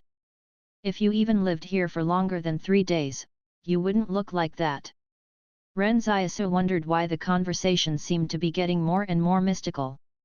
He asked, "Then why don't you tell me if I'll be able to achieve what I wish to do?" "Oh, I can't divine that." The fortune-teller said, "I cannot predict something so specific. Usually, I can only provide a word of warning to those whose fortunes I've read." "Then what would you like to say to me?" Ren Xiaosu asked with a frown. The fortune-teller looked at Ren Xiaosu again for a long time before suddenly saying in surprise, Why there's so many intersections in your life? I've never met anyone like you before. I can't divine, no, I won't read your fortune any further." Ren Xiaosu was speechless. Had he just wasted his fucking time here for nothing? He pulled the fortune-teller back. Ren Xiaosu was starting to believe him a little. "Let's disregard everything for the moment. Can you help me divine where the people I want to kill are? If you can't tell me that, you won't be leaving today." "Oh." The fortune-teller thought for a while before saying, "They're right here in this stronghold." Ren Xiaosu frowned and said, "Be more specific." The fortune-teller broke free from Ren Xiaosu's grasp and said with a smile, "They'll be gathering in the northeast in the coming days, but you'll only have one chance to strike." Then the fortune-teller turned around to leave. Ren Xiaosu did not stop him this time. Ren Xiaosu believed 60% of the fortune-teller's words. But fate was still something he didn't know well, so he still had doubts. Ren Xiaosu suddenly asked in a loud voice, "Wait a minute, have you ever read fortunes for people living in the south?" "I've read quite a lot of people's fortunes." "Who are you referring to?" "I can remember the names of all those I've told the fortunes of." "Li Qingzheng." "Oh, I told him he would meet his benefactor in the future." Ren Xiaosu kept quiet and did not say anything else. Now he believed 80% of the fortune-teller's words. However, could there really be such a mystical person in the world? Could this fortune-teller also be a supernatural being? Normally, anything that Ren Xiaosu could not understand would immediately be deemed as superstition. But now that he actually encountered it, he did not know whether he should trust the fortune-teller. Li Qingzheng had told him he had met a fortune-teller who said he would meet a benefactor who would bring him into the stronghold. However, Ren Xiaosu thought that fortune-teller might not be that reliable. Even though Li Qingzheng had really entered the stronghold, it was not to enjoy life on the inside but to experience a disaster. More importantly, the fortune-teller also did not say there were beings like the experimentals in the stronghold he would be entering. If he had said so earlier, Li Qingzheng would definitely not have wanted to go in. Right now, Ren Xiaosu only kept in mind the one thing the fortune-teller had said. The people he wanted to kill would be gathering in the coming days, and he only had one chance to strike. He was targeting 13 people, including Zhong Cheng. As each of them wielded a lot of power, if he tried to kill them one by one, he would probably get hunted down by the entire stronghold after eliminating the first target. Simultaneously, the other targets would go into hiding. So if his enemies gathered together, that would be the best opportunity for Ren Xiaosu to get them. But how was he supposed to find out where they would be gathering? After turning a corner, the fortune-teller quickly ran off. What a close shave! I nearly died, and I didn't con any money out of him. In the east, the razor-sharp company was marching through the wilderness. Then Zhang Xiaoman looked disconcerted when they heard the sound of armored vehicles moving. He quickly beckoned the others to hide inside a gully nearby to avoid being discovered by the enemy. Why is this fucking armored brigade chasing us around relentlessly? I thought you said they could only locate other supernatural beings? So how did they follow us all the way here? Zhang Xiaoman looked at the deputy commander. Did you lie to us? Do you think I won't stab you to death? The deputy commander was already in tears. I've already said everything that I know. However, it was no time to argue. The armored brigade was right in front of them. However, Zhang Xiaoman and the razor-sharp company discovered this armored brigade was not coming for them but heading towards the central plains. Is it possible that they're fleeing? That can't be, right? Hasn't the Zone Consortium gained the upper hand in the war? So why would they suddenly need to flee? The razor-sharp company's soldiers could not figure out what was going on. But after the armored brigade advanced dozens of kilometers further, it was suddenly stopped by a smiling young man who was none other than Li Shenton. Zhongwu, the commander of the 131st Brigade, shouted into the radio, "Run him over. Whoever that is, just go over him." But when the armored brigade was about to collide into Li Shenton, he suddenly raised his right hand and a turbulent wave rippled through the ground as an earthen wall suddenly got pulled up. The armored brigade could only stomp on the brakes and come to a quick stop. If they hadn't, some of the armored vehicles and tanks could have been destroyed if they had collided into the thick earthen wall. Li Shenton said with a smile, "To think that I was worried that I wouldn't be of much help to Ren Xiaosu. Who could have guessed that an armored brigade would suddenly show up at our doorstep? Are you going to hypnotize them?" Loren asked. "Of course," Li Shenton said with a smile. "Do we need to make them come out of the armored vehicles? How are you going to hypnotize them if they remain inside?" Loren wondered. "Sound can be used for hypnotizing people as well. Everything in this world can act as a medium for hypnotism." Then Li Shenton picked up a small stone and flicked it with his fingers. The stone bounced off a tank and produced a ringing sound. It was a strange sound that felt like an intimidating force that could shake the hearts of people. Then the faces of the armored brigade's troops turned blank. But even a powerful supernatural being like Li Shenton found this a little strenuous on himself. It seemed that this was his limit. Li Shenton calmed himself down and spoke to the armored brigade, "Where is your brigade commander? Step forward." Zhongwu walked out of an armored vehicle and stood in front of Li Shenton in a trance. A ways away, Hu Shuo happened to emerge from the forest. "Little Loren, look what I brought for you." "Haha, I found a watermelon patch." As it was summer, the harvesting season for melons had arrived.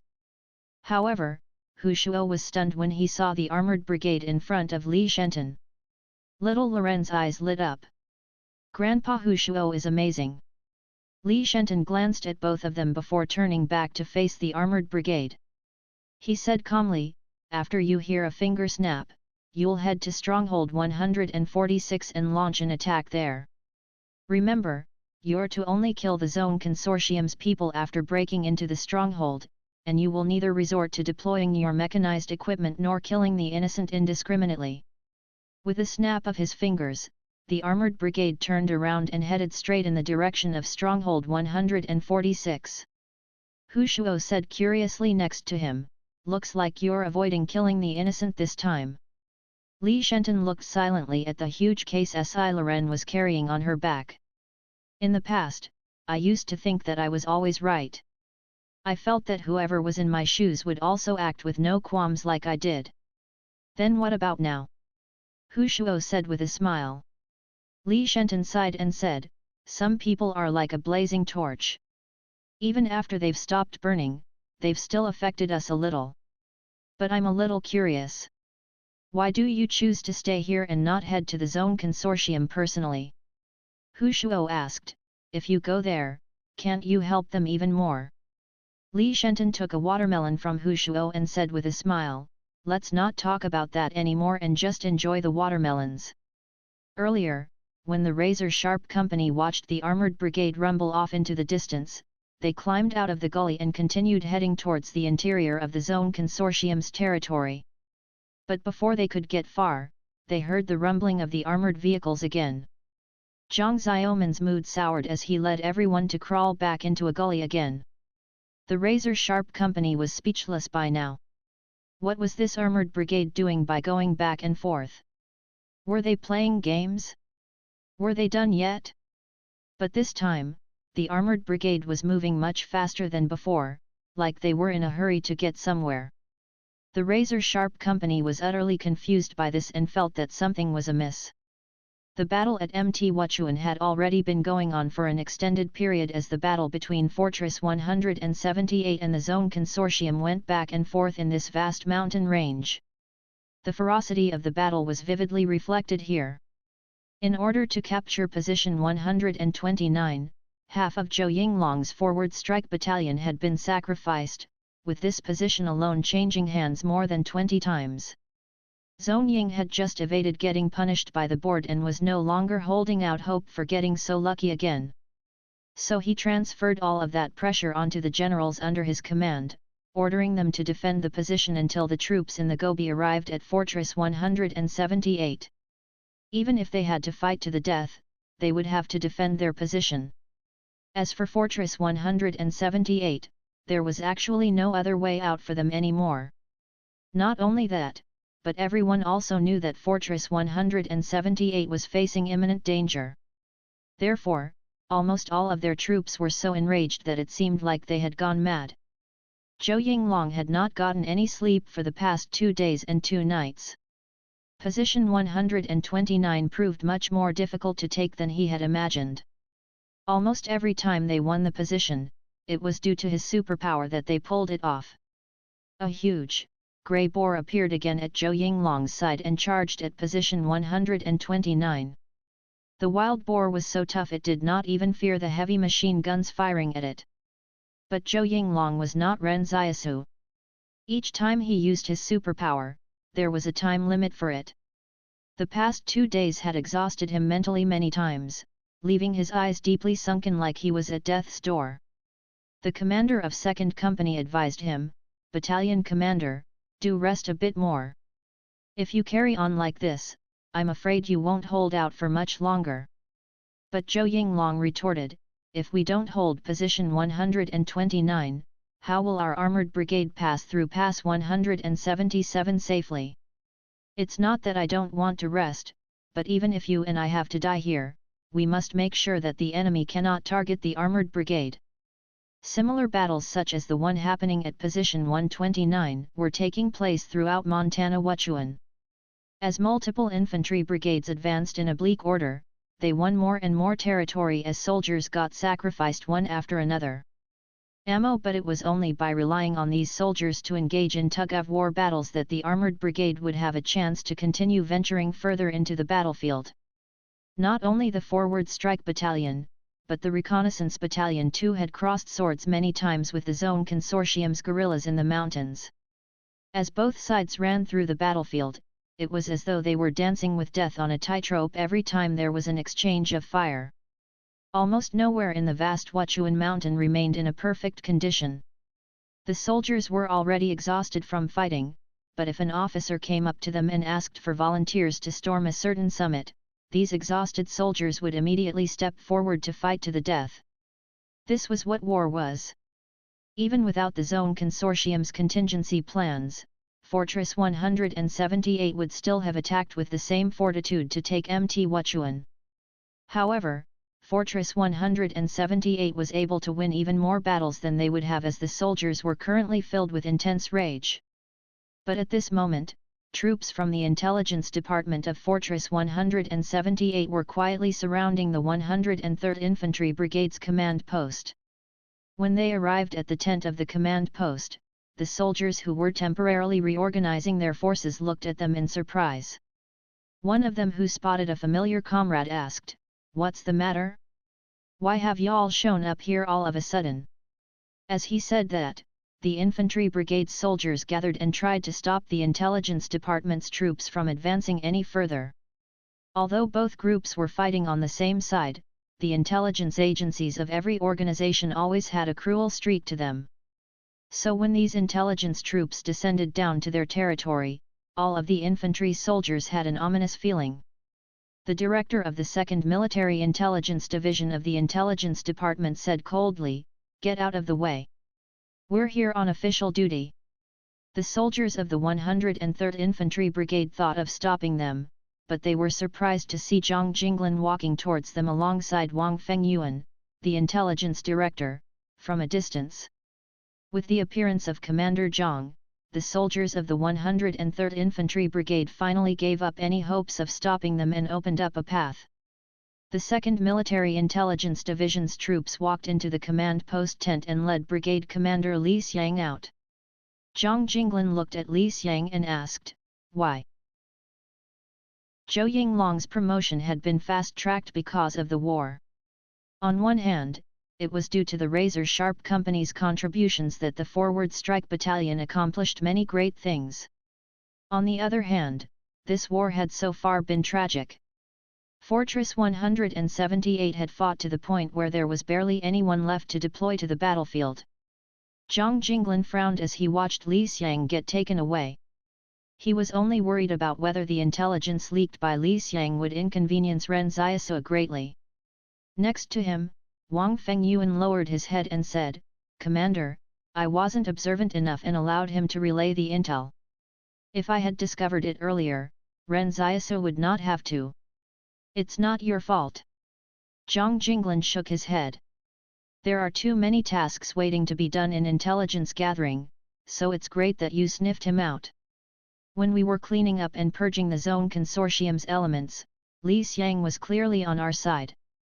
It was inevitable that he confounded your judgment, as even I find it hard to believe.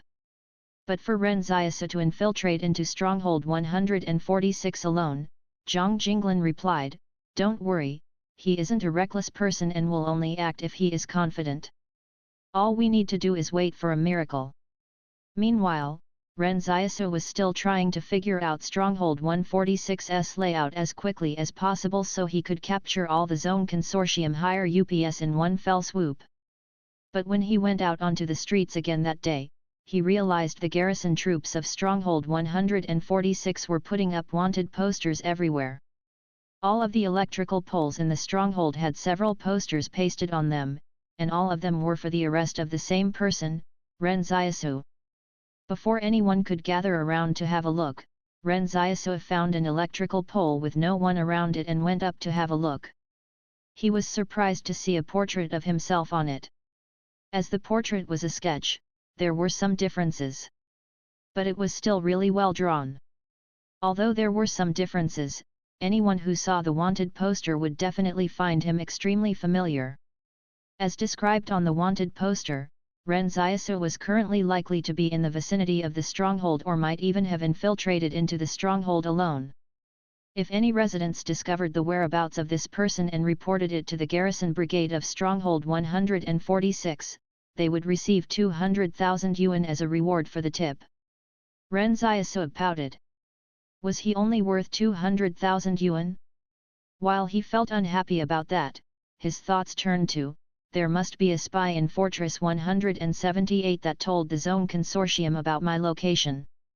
He did not know if the troops of Fortress 178 were aware of this spy, but if the spy were allowed to continue relaying intel to the enemy, it could be disastrous for Fortress 178. Suddenly, a platoon walked in the direction of Ren Xiaosu.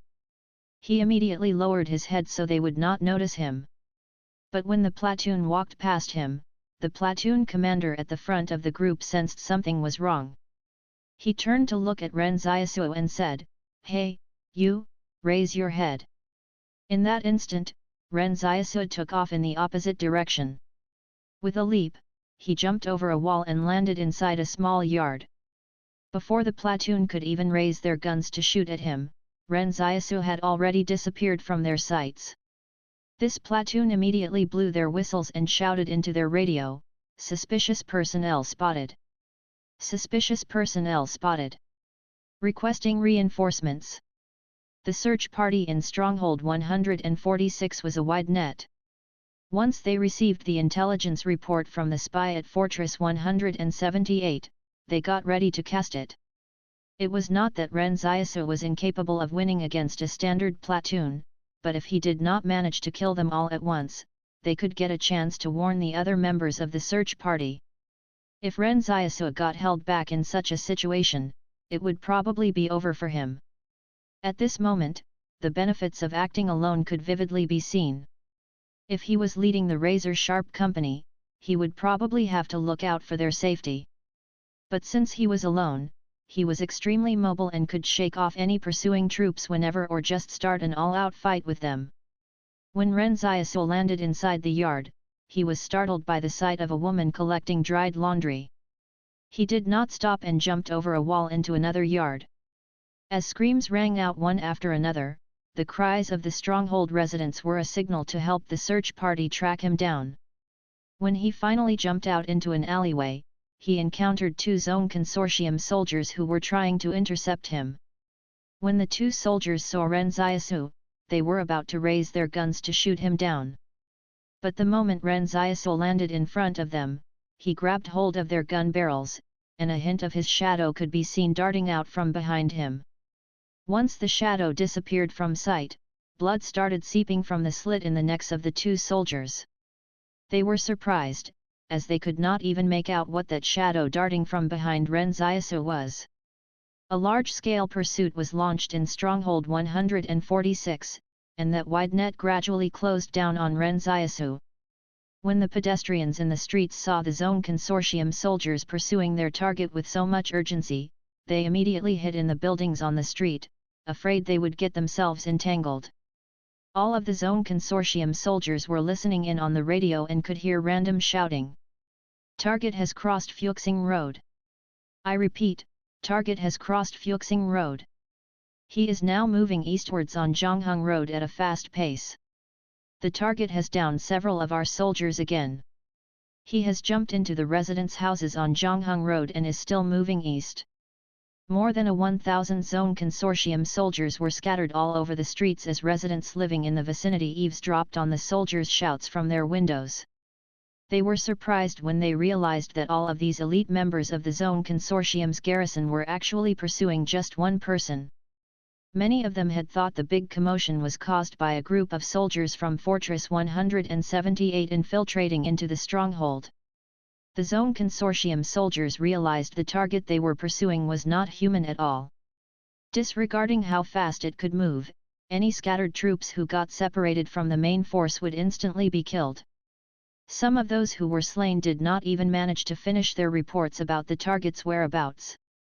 At this moment, Ren Xiaosu was using his rifle because he realized the enemy's encirclement was gradually closing in on him. Even if he did not use the rifle, he could not hide his whereabouts. He could only resort to every means available to break through the encirclement so he could open up a path of escape for himself. Ren Xiaosu's firearms proficiency had been raised to master, so how could these normal soldiers compare with him? Even if he suddenly encountered the Zone Consortium platoons in the streets, Ren Xiaosu could still immediately suppress them with his rifle. Some soldiers attempted to form a defensive line in front by hiding behind some walls. But before they could even react, a grenade suddenly appeared at their feet and the newly established defensive line was blown up into pieces. Ren Xiaosu had already started his killing spree, and there was no way back from it. Fighting to the death was something Ren Xiaosu long understood.